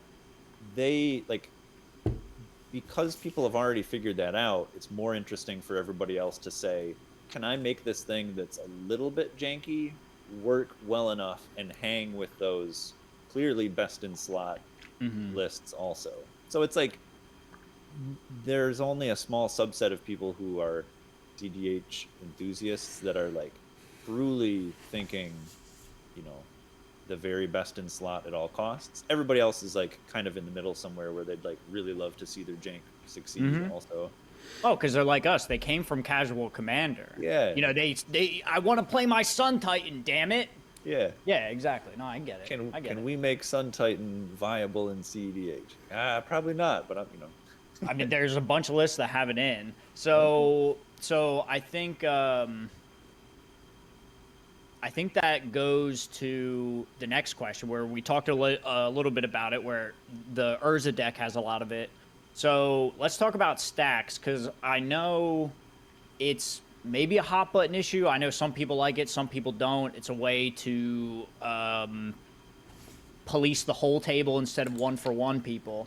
But in a world, and this is the angle that I want to take it, because personally, I think same with everything cEDH, play to win. This is it's a viable strategy. Go for it. My angle that I would like to ask you about is, if so much Commander is, and so much cEDH specifically, is being watched, not necessarily played, is there something to be said where maybe the stacks meta isn't so good?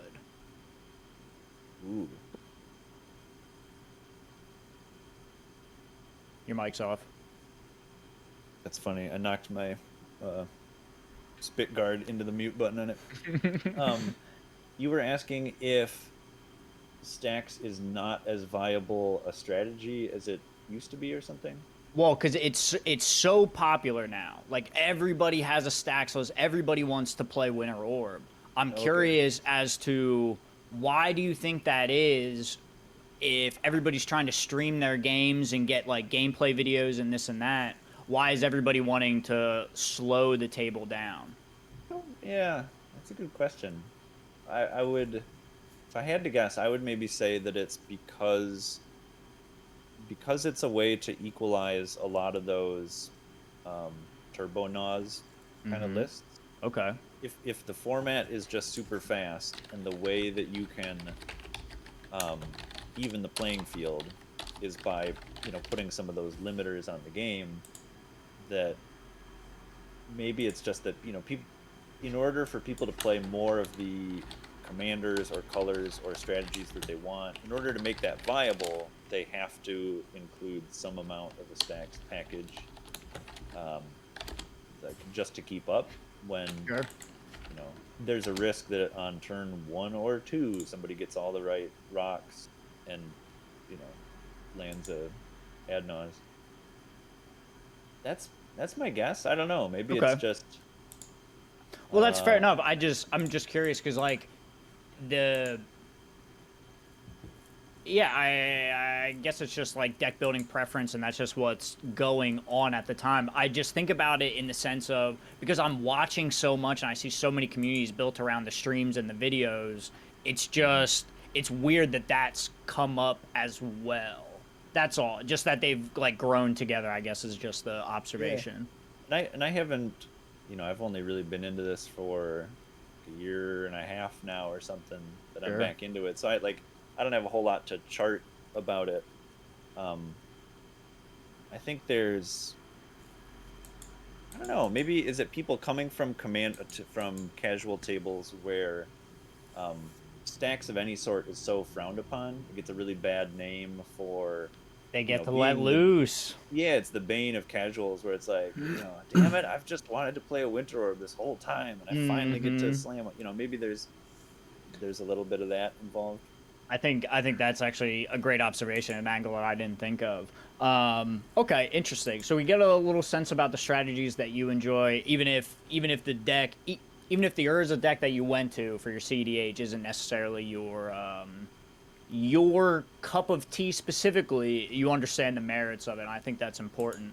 Now, there was something, and I wanted to get here so bad. There was something in playing with your play group that one of the other players mentioned. He said, and this is in the conversation of proxies and the arm race and this and that. Oh, he yeah. said Gaia's Cradle was too good. He said it felt bad, so he took it out of the deck. So that that is indicative of the pace and the cards that are wanting to be played in the home play group where you guys are just playing Commander. So maybe going away from cEDH a little bit, I kind of like to ask you about that now. Um, in the home play group, and this goes back to talking about post game talks, is whenever we play, we track the turn count and we try and get a collective like, oh, what was the most valuable card? What was the thing that was like governing the game? What was maybe not the card that won the game, but what was MVP or something. the MVP? Yeah, like what was the Yeah, prime time that everyone was trying to get? Um, so that's a I'm good idea. curious: are there cards that you could think of that are just like MVPs of your play group specifically? Ooh, there are some games where it's like really obvious stuff, like a Smothering Tithe or a Ristic Study or whatever. That it's like, Mm-hmm. it's not flashy, but it's just a huge pile of mana. So Sure. of course that's really good. I think some people have other lists. I kind of joke, but like there are times when I run that Sephiroth kind of reanimator list, and I Mm-hmm. say, "Man, the humble stinkweed imp, dredge a million or whatever." Like it didn't do anything, but over the course of the game, it milled me, 20 cards or something, and it got Mm-hmm. all of the pieces that I wanted. There are, I think there are cards like that. We don't. I feel like we should come up with a template like that. I think that's valuable stuff. We've played enough games with the same decks that we kind of don't bother too much about the like how did everybody feel about the post game. It's maybe a little bit of like, Sure. oh, so and so was really popping off back early in the game, but you know, Right, but Well, you're not trying to say like, here's what I didn't like. Can we yeah, not do Yeah, yeah, yeah, yeah. yeah, But that's the benefit of playing in like a home meta. You're cultivating, it's an organism, right? yeah. And as you're playing the card, you get familiar. Yeah, eventually you don't have to say what you do and don't like. Eventually it just becomes this, little pod thing. So that's interesting. And you know what to expect too. You've Mhm. seen the decks a few times, and you kind of go like early on. My brother's Tesa deck, Mhm. he won like all of the games early I because we believe just put a that we 100%. we put a big pile of cards together, and we tried to keep up with an aristocrats list that would just get better the longer the game went on. Mhm. And so it became like if we couldn't kill him fast enough, it was inevitable that he won because we didn't know to run enough interaction. We weren't, removing his pieces. We didn't know what the best pieces were, but the Right. more we figured it out, it kind of shifted. And there have been a couple other decks like that too that have become uh, kind of the boogeyman at the table. So we say like, Mhm. oh, so and so is playing that guy. Like we should focus him first because it's always really good or whatever. And so Right. yeah, playing the same decks, you get that level of familiarity. It's Oh, a big different time. conversation. Yeah. do you run into that with your home play group very often where like you're like, okay, I really need to like watch out for this guy's deck? Because I know with Justin with his group, Ian is someone who has put together a lot of strong decks from what Justin's told me and everything, and so there are instances where some of the other players maybe have had like a slightly more casual deck, or they're trying to do a specific like a vampire deck or a zombie deck or like whatever the case may be, where Justin's like, oh, I know this guy has a little bit of a stronger deck, so like I gotta maybe keep him down a little bit more to avoid him just like snowballing and winning the game.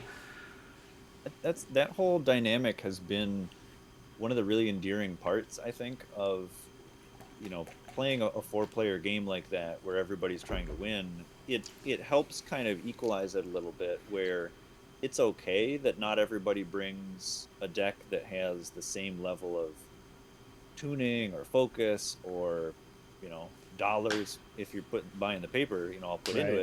it, um, because you can say like, hey, I'm playing my middle of the road deck.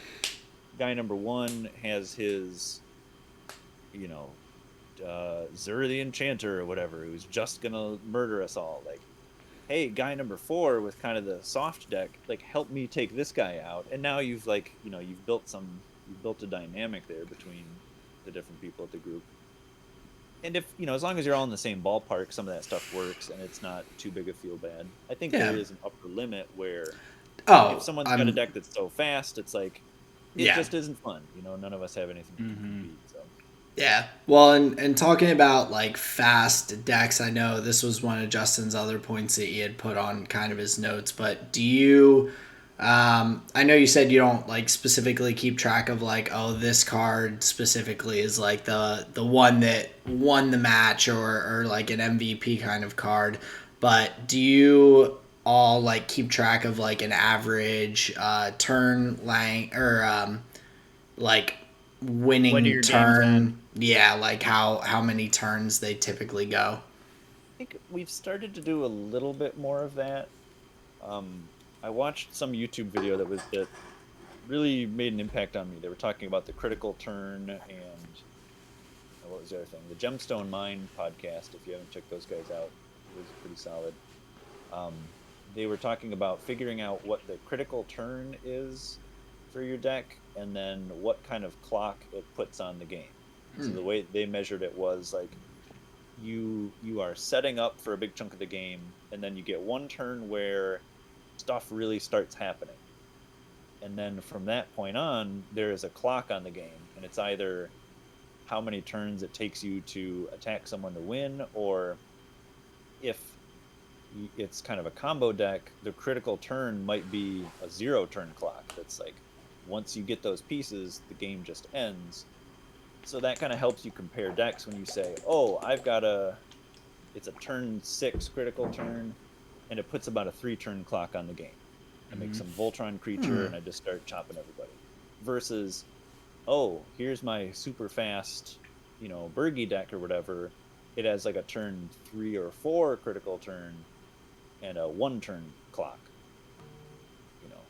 And so like you can kind of say, oh, those decks don't sound matched at all. Those look like they're doing very different things, where if you can get within 1 or 2 of that, it's a little bit easier.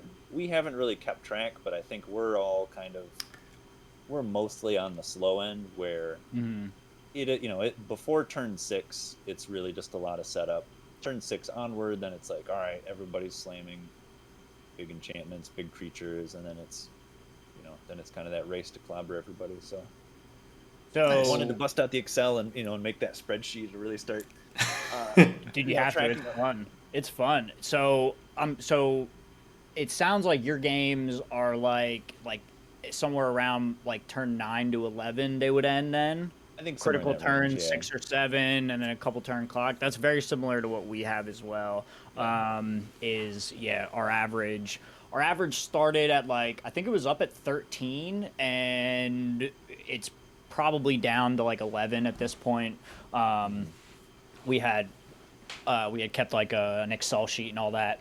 But cool. That's neither here nor there. What I want to talk about is moving into, we talked about is Commander and cEDH, different formats. I want to bring it a little more topical, see how you feel about some other stuff going on. And then I want to talk about a new or different way to get a Commander game started, and I'll see what you think about this. But first, I want to start with the bans. So there were a couple of cards raised recently. Now, I'm of the opinion, and in my home play group, there was, I'm not going to say which card, but there was a card banned by the rules committee, and my immediate reaction was, let's ignore those guys, and can we, moving forward, have our own discussions about their discussions and see if it applies to us. Yeah. And what has surprised me about some recent moments in competitive EDH is, while I understand that certain people in the community would want the card banned or unbanned or whatever, isn't there a world where, like we had alluded to before, we can just say, Okay, cool, and just ignore them and continue playing with Dockside Extortionist.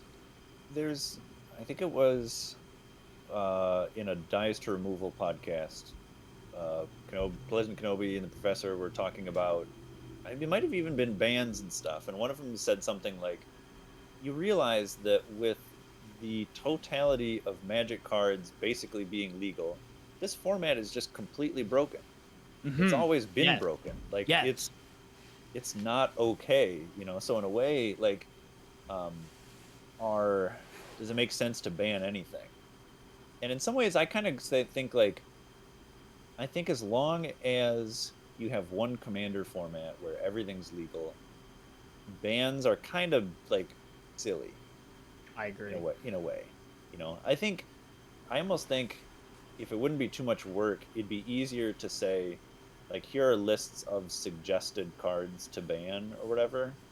But really, then all that becomes is like, here's some advice from us about what you and your playgroup could do to have a type of game that is fun. Right. You know? And it's, yeah, I think banned cards as a tool makes a lot of sense for formats like modern or standard or whatever, where you know the meta and the card pool is limited. Commander's just so big, it's like don't even bother in a way. And I basically just had you on the pod so you could just fucking agree with me, and I just shake my head because I feel exactly the same way. Go ahead, Aaron. Well, I was gonna say with the commander format, especially in like your own pod and your own play group and everything, like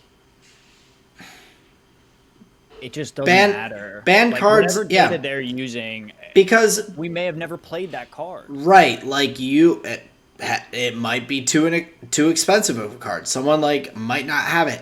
And if someone does happen to have that card and they just come into a play group and just are like shitting on you week after week after week with the same deck, like, I mean, they're just not going to get invited back. Like, that's just my man. Build a better deck. Well, you like, might be able to stop it. Yeah, That's like my thing. Well, or I mean, like, it depends, I guess, what your format is for your commander. Like, I know you guys don't use proxies or anything for your for the Commander 9 League, and like you just play with what you have. If like fucking Brett or Ian decided to come in there with just some stupid expensive couple $1,000 card or something, and I'm using hyperbole, but like, and they're just like winning every single game, and it goes from a 25 25 25 25 split of like winning to all of a sudden like 95, and the rest of you are there to split the 5%. Like, that person, and if they aren't aware enough to be like, yeah, I should like not do this, then they just are not going to get invited to keep playing. Yeah, and that's like part of the social contract element of it, which it seems like was the like original intention of said ban list, right? Where it was kind of like, hey, these may create some feel bads, like we know these are like kind of dumb cards, so maybe you don't want to play them, but it feels like it's evolved into like something different. Yeah, like I think that seems a bit too far, unless you're saying, hey, like we're having cEDH tournaments where people are coming from all over to try and like win money or whatever, and saying like, okay, this tournament has these cards banned, do not build them into your decks. That's understandable, but to throw out like a full like commander ban list, it just seems odd to me. I think that's a good point to raise. I was thinking that Commander is kind of played in such different environments, you know, like kitchen table or over spell table versus one local LGS to another, and then like you said, regional tournaments. It's kind of like the bigger those circles get and the bigger the pool of people becomes, the more necessary I think it is for some of those cards to say like, yes, we do or don't want to see these, because, well, again, I can't, I feel like I can't say anything without continuing to reference that statement, like it's a broken format. Right. Like, again, so like the idea of trying to hold a tournament with a format that's just completely busted is kind of like, why are you doing that at all? But I guess if you have to run a commander tournament, here's how we would do it. And I don't even know, Wow. like, if I'm trying to think, if there are cards like, your World Fire or whatever that just got unbanned, um, if there are cards that are banned because they are feel bad, I don't know that that's a good reason to keep it out of a tournament.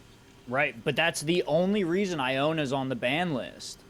But wouldn't Iona be just a fucking house in cEDH where there's Yeah, 3 blue players, you're playing like Cole, whatever, like red white. right. You slam Iona named blue.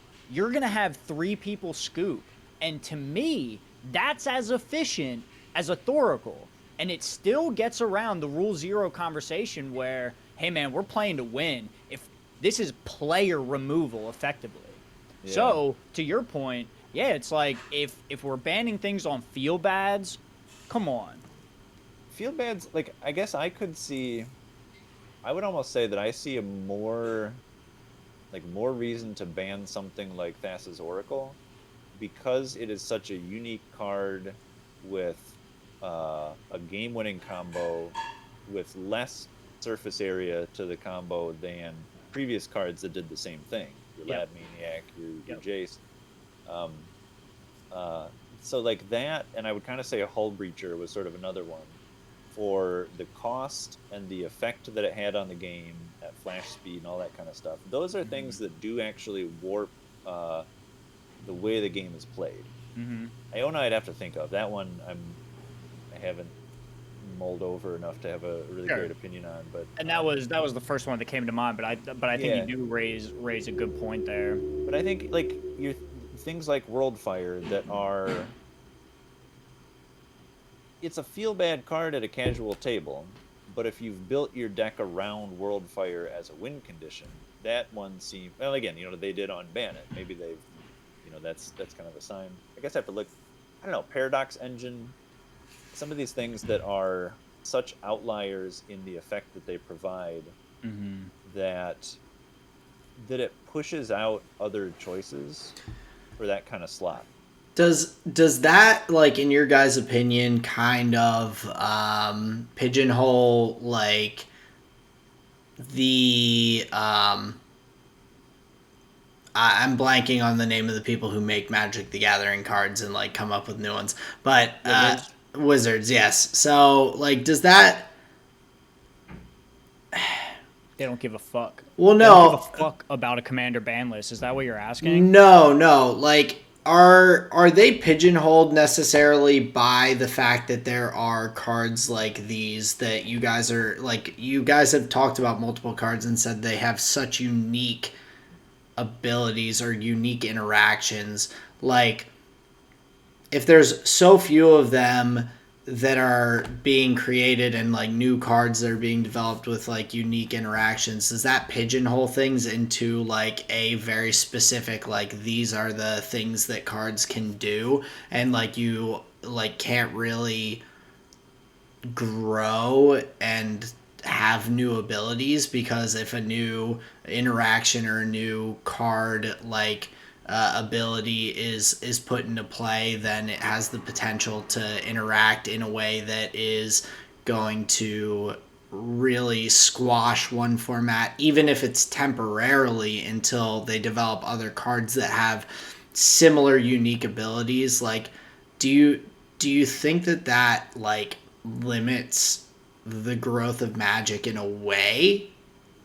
I'll use companions as an example for the positive, where they explored new space and it broke every single one of their formats that had like competitive integrity. There was like metas and like really healthy stuff going on.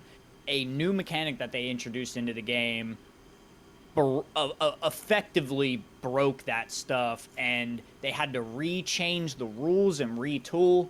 So I think often they do feel a little bit hamstringed in the development sector where there are so many cards now in the history of Magic that if you're not carefully wording and thinking about like does this like you wouldn't believe every time a new set is released there's like 3 or 4 different like 2-card combos that you'll see on a Discord with people just laughing like ho ho this goes infinite now ho ho these are broken now. So no matter what they print, you're Okay. going to continue to be able to make infinite mana. You're going to be able to you're going to be able to cheat costs. So there is some so wiggle room then that they have for new mechanics, but every time they've had to be so fucking careful.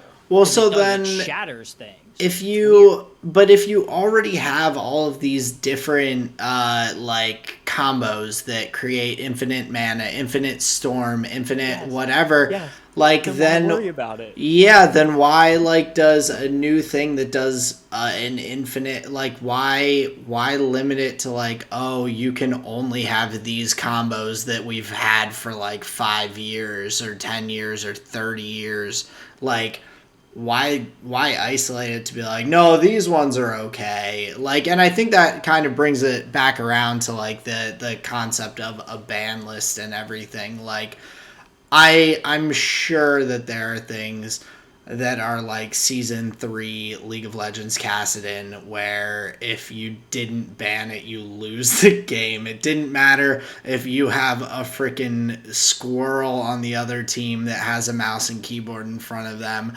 They will jump around on that keyboard with their little tippy tap feet and like you will lose the game. Like it doesn't seem like it's that way in Magic. So I think there's strong strategies, but yeah, They've got a real tightrope to walk with designing new cards. You know, a new set has to be interesting for limited play. You know, you got to be able to draft it and have fun. All that stuff has to fit into the current standard and not overshadow it. And sometimes that happens, you know, with Throne of Eldraine and stuff. The new set just becomes too strong. But then they've also got to fit it into the formats like Modern that I don't follow that closely, but I know that's one of those things that has a big enough card pool that if you drop in some new tech that's too spicy, it starts pushing out Modern staples. Like decks that have been in Modern for years and have been viable suddenly need to upgrade because they can't keep up with X, Y, and Z. Gotcha. You get to Commander, and it's kind of like Commander is just so damn big that like 100 cards is a lot of fucking cards. well, and the card pool is massive. The card pool, is the part that I'm referring to specifically with. Okay. Like, basically everything since the dawn of time. There's a bunch of cards that are like either weird or, by definition broken or too powerful or overcosted or whatever that are still legal in Commander, but no other format, just because it's kind of that who cares format. The 100-card deck and the singleton format was, I think, to try to help smooth that out. They said, like, as opposed to a normal deck where you can have 4 of anything, you only put 1 in because if you just put 4 ancestral recalls or whatever in your deck, like, that was just better than everything. So, yeah. So having the 100-card variants kind of outweighs the like big bad powerful card. Like, oh well, you have a 1 in 100 chance to draw it, so it's not that big of a one deal. of them. And if I remove it, it's no big deal. So like, something that we haven't quite touched on, but like that's one of the challenges of producing new cards, where as you're producing more cards with similar effects, it means that you can smooth out the strategy in your deck that way. Instead of just having one Thassa's Oracle, once they print another one that is a fixed version of Thassa's Oracle or something almost identical, now you're running 2 in your deck. That is an element that we didn't touch on. Yeah, that's a good point. So it's, that is kind of the danger. I heard someone, I think it was a Command Zone guy, Josh Kwai, recently kind of like, I don't want to say admitted, but like he said, I know that Commander has a limited lifespan.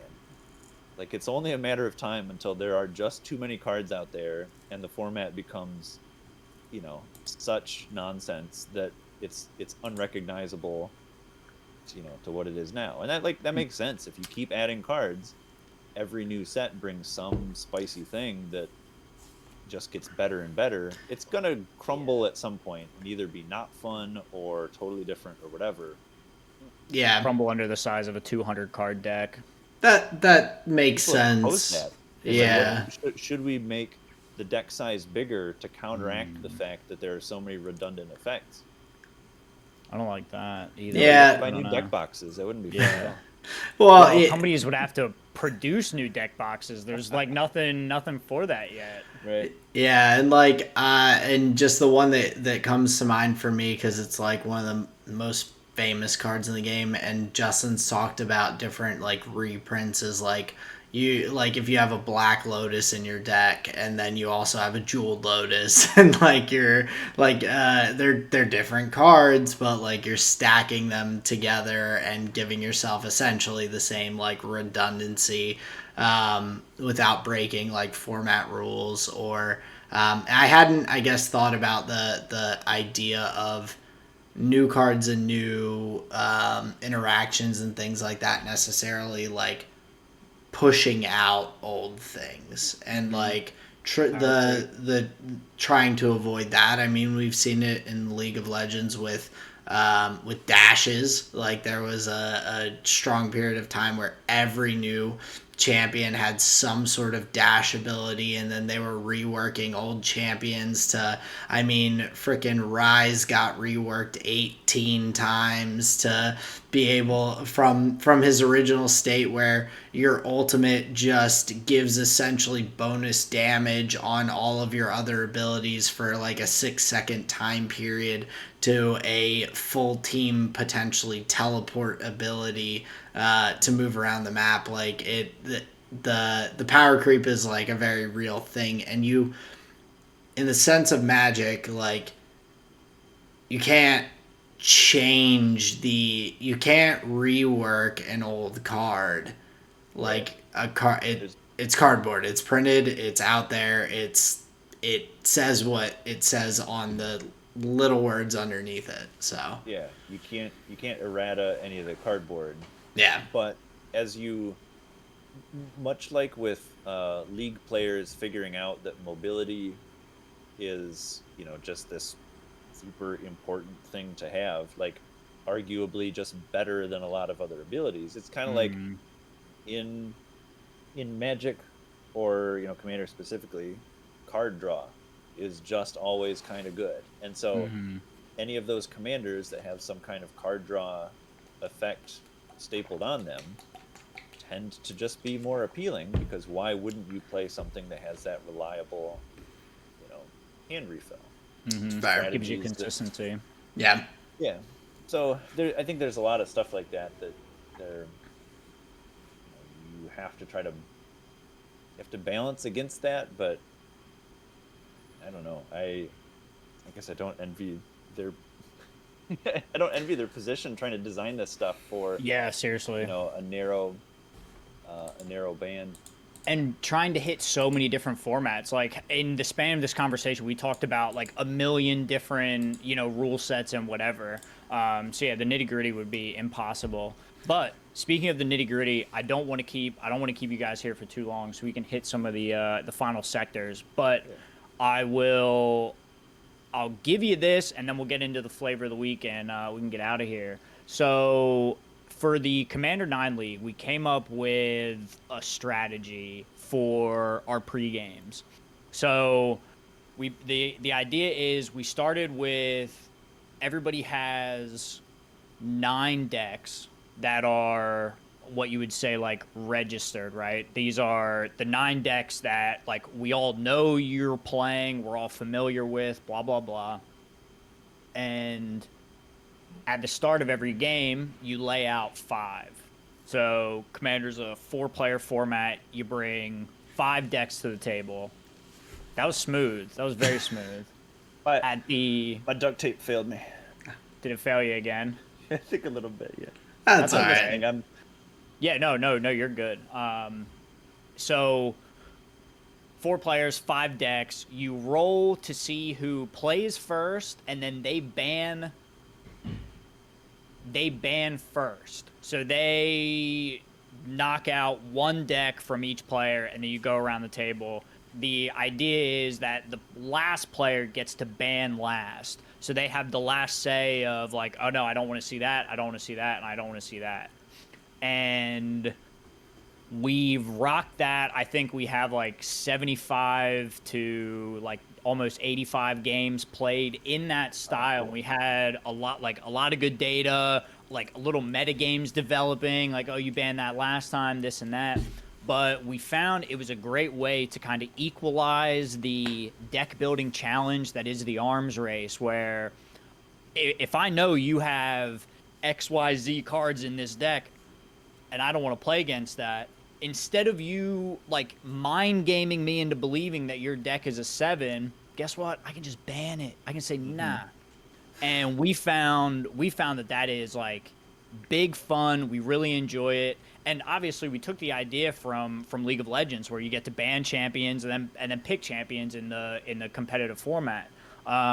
So just give me a little idea. What do you think about that? How do you think that format sounds?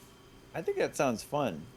I think some of the people in my pod that you haven't interacted with yet over Spell Table, we've got a few guys that are like more, I don't know, more casual altogether. They like only have 1 or 2 decks or something. Sure. And so, for those guys, it's hard to fully partake in something like that. But for the rest of us that have kind of growing pile of either decks and paper, or just spend time on Moxfield putting together lists, doing something like that to add kind of an extra mini game to it sounds pretty sweet. Yeah, and it's like a strategic element, like Aaron was alluding to. My red. If anyone's played Pokemon, the fucking arch enemy. My red is Ian, where like there is nothing better than that moment where I get to ban his deck and I get to say, no, I don't want to see that tonight. I don't want to see that tonight, because it gives me some sense of control then, where it's like, oh well, if I lose to this, well, maybe I should ban it. Think harder about it as a choice. But yeah, I think it's brought some strategic layers. Go ahead. You said you end up picking the deck that you're playing out of the last 2. So if each of your opponents okay. ban 1, yeah, then but the key then is so you can't metagame and be like, oh, he chose this, I have this kind of removal. You deliberate, you see what the choices are. I count down 1, 2, 3, and then you all like choose a deck. You can't choose at all based on what everybody else is playing. You can only choose based on what they could possibly play. Gotcha. Yeah, because so you could a little bit pigeonhole somebody into like take all of his blue decks away or something. Yep, and that's happened. Oh yeah. It's super. It feels super dynamic.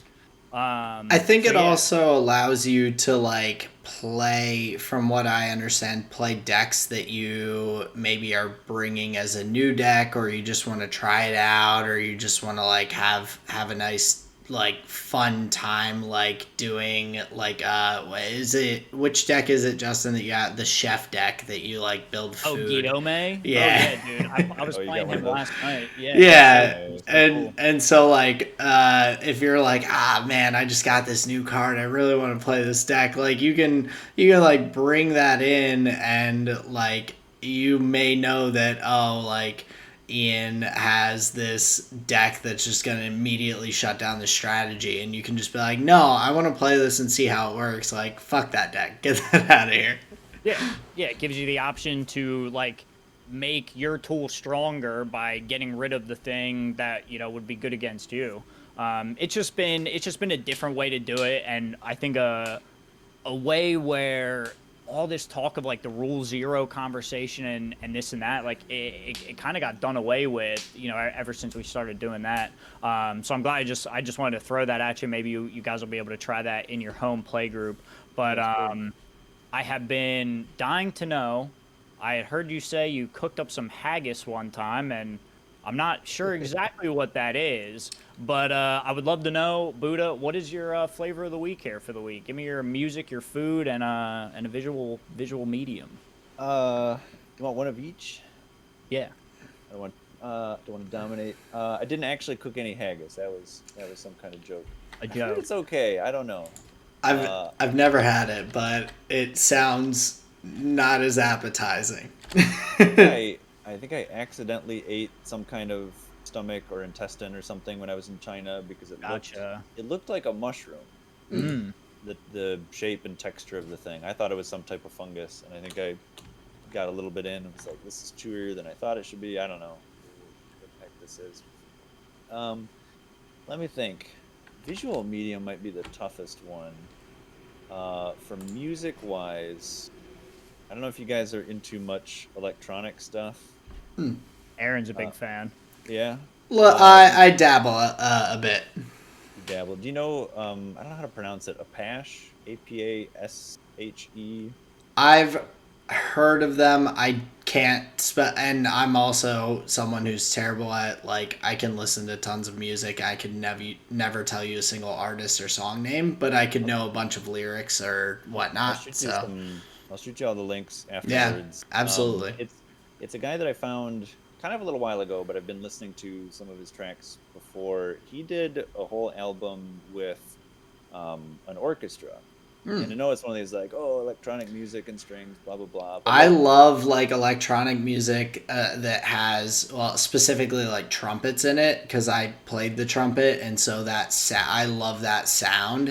you may, So like, it's just one of those things that when it, like, I don't want it to dominate a song, but when it's subtly, like, integrated, I find it to be very, like, just appealing to me, because I played it. you're a I horn know that player, yeah. sound. I enjoy it. So I hope I'm about to blow your mind because this album is one that I feel like a lot of people will put some like orchestra hits or string samples in the song, and it feels like it's put over top. He scored out all of the stuff that was going to go in, and he went to some orchestra and he got them to record it, and so the quality feels great. It's tastefully put in the song because he wrote all of the stuff. It's to my mind, it's the album that has done the orchestral plus electronic stuff mashup the best, and it's one. that's impressive too, that he had Thank the you. music knowledge to be able to even write that and bring it together, as opposed to sampling different things, because that's like it has to be so difficult unless you know how to, like, play a just huge amount of instruments. Mm-hmm. Yeah, Very cool. I'll hit you up with the links afterwards. Oh, You have to let me know absolutely. if you dig it. Definitely. Food wise, I think to bring it full circle back to the dark cold time of the year, I think we've been kind of digging into some of these comfort foods, like just a simple potato soup. Uh, Stuff like that is so good. Oh There you yeah. go. Biscuits and gravy and that kind of thing. But like just putting some, the onions, what have you, you boil the potatoes until it just goes all nice and soft. You don't need like a big bucket of cream or anything. You almost don't need any dairy if you cook it right, and it just gets that nice kind of velvety consistency, that kind of stuff. That's what keeps me going.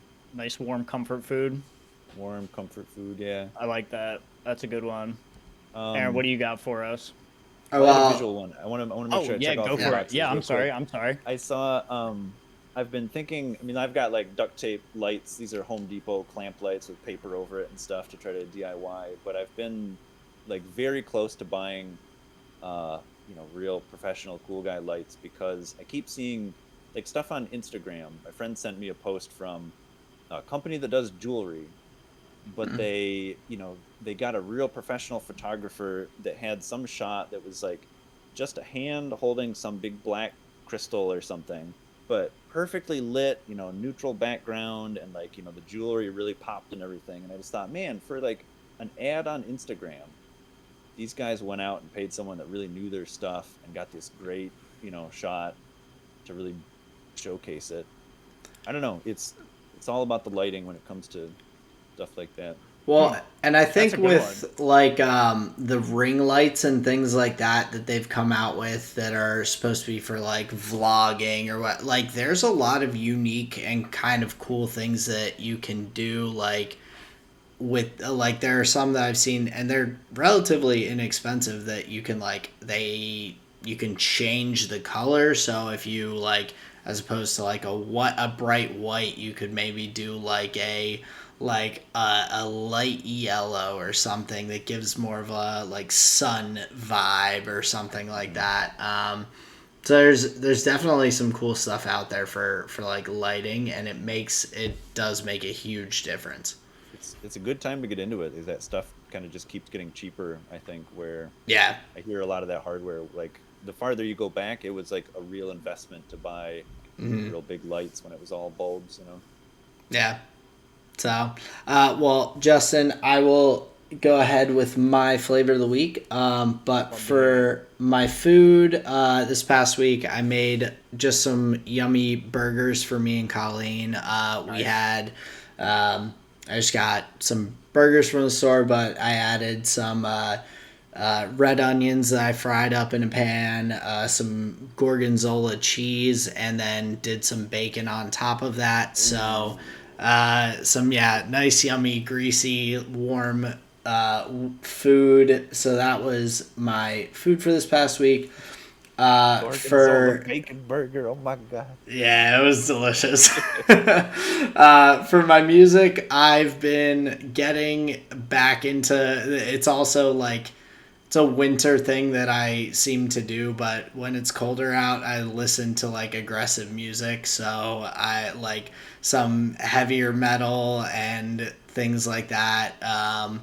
That especially with like my winter, when I'm like working out at the gym in the winter, I like typically go towards that style of music as opposed to other stuff. So I get like real aggressive with it. So some like Bring Me the Horizon, A Day to Remember, like some of that stuff. And then for my show, it's something I had like watched an episode of or two previously, and I never really like got into, but I recently started. I like watched through and got pretty hooked, but I've been watching Attack on Titan, which is, I know, like an extremely popular anime and all, but I like it hadn't hooked me before, and for whatever reason, I was like, like I'm just chilling. It was on my like watch list on Netflix. I'm like, I'll watch a couple episodes, and I was like, oh, I must not have been like paying that close attention the last times I'd like tried it. Just I was gonna say, like, how could you not be pulled in by the mom being eaten? I mean, literally episode 1, dude. I know, but like it was almost the first times I had watched it. It was almost like too much all at once. I'm like, this is just everything. It's just too crazy and like, naked.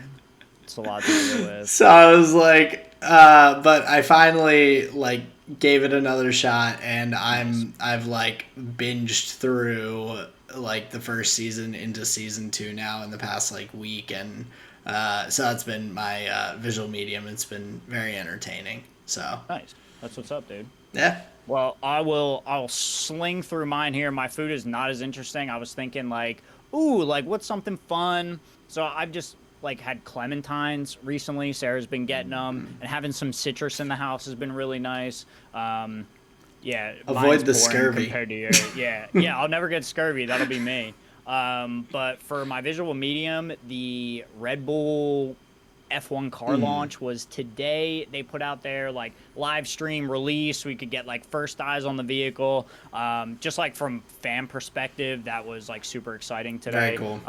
So that's my visual medium. And then for music, I had on Lupe Fiasco's Drogas Wave last night while I was driving in the car. And then I had Mac Miller's Faces on today. I love that intro track. Inside Outside, Diablo is one of like, honestly, I think one of his best songs. So good. Yeah, so Faces is really good. But yeah, that's my flavor of the week. This has been a super exciting episode, a super heater. I want to throw it back to Andy just real quick. Do you have any final words here for us? Anything you want to say before we take us out of here? Just thank you guys for having me on. It's been a whole lot of fun. Thank you so much for coming on. Yeah, I'm glad. Yeah, absolutely. I was excited to kind of see what this brought into everything, and it's been really really fun chatting with you and having you be a part of this. So thank you absolutely for coming on with us. So Thank you. Let me just do a couple of shout outs here and we'll close up shop. I just want to give a nice big personal thank you. Talk to a listener this past week. Fat Daddy Willie, what's up, dude? Thank you for listening. I appreciate you. Listen, new episodes every Thursday, YouTube, Spotify, Google Podcasts. Leave a comment. We'll shout out our favorites on the next show. Rate us 5 stars. Goes a long way. I just want to say thank you so much for your time. Thank you for spending your evening here with us. This has been another episode of the Tall and Short of It podcast. Peace out, everyone. later. Later.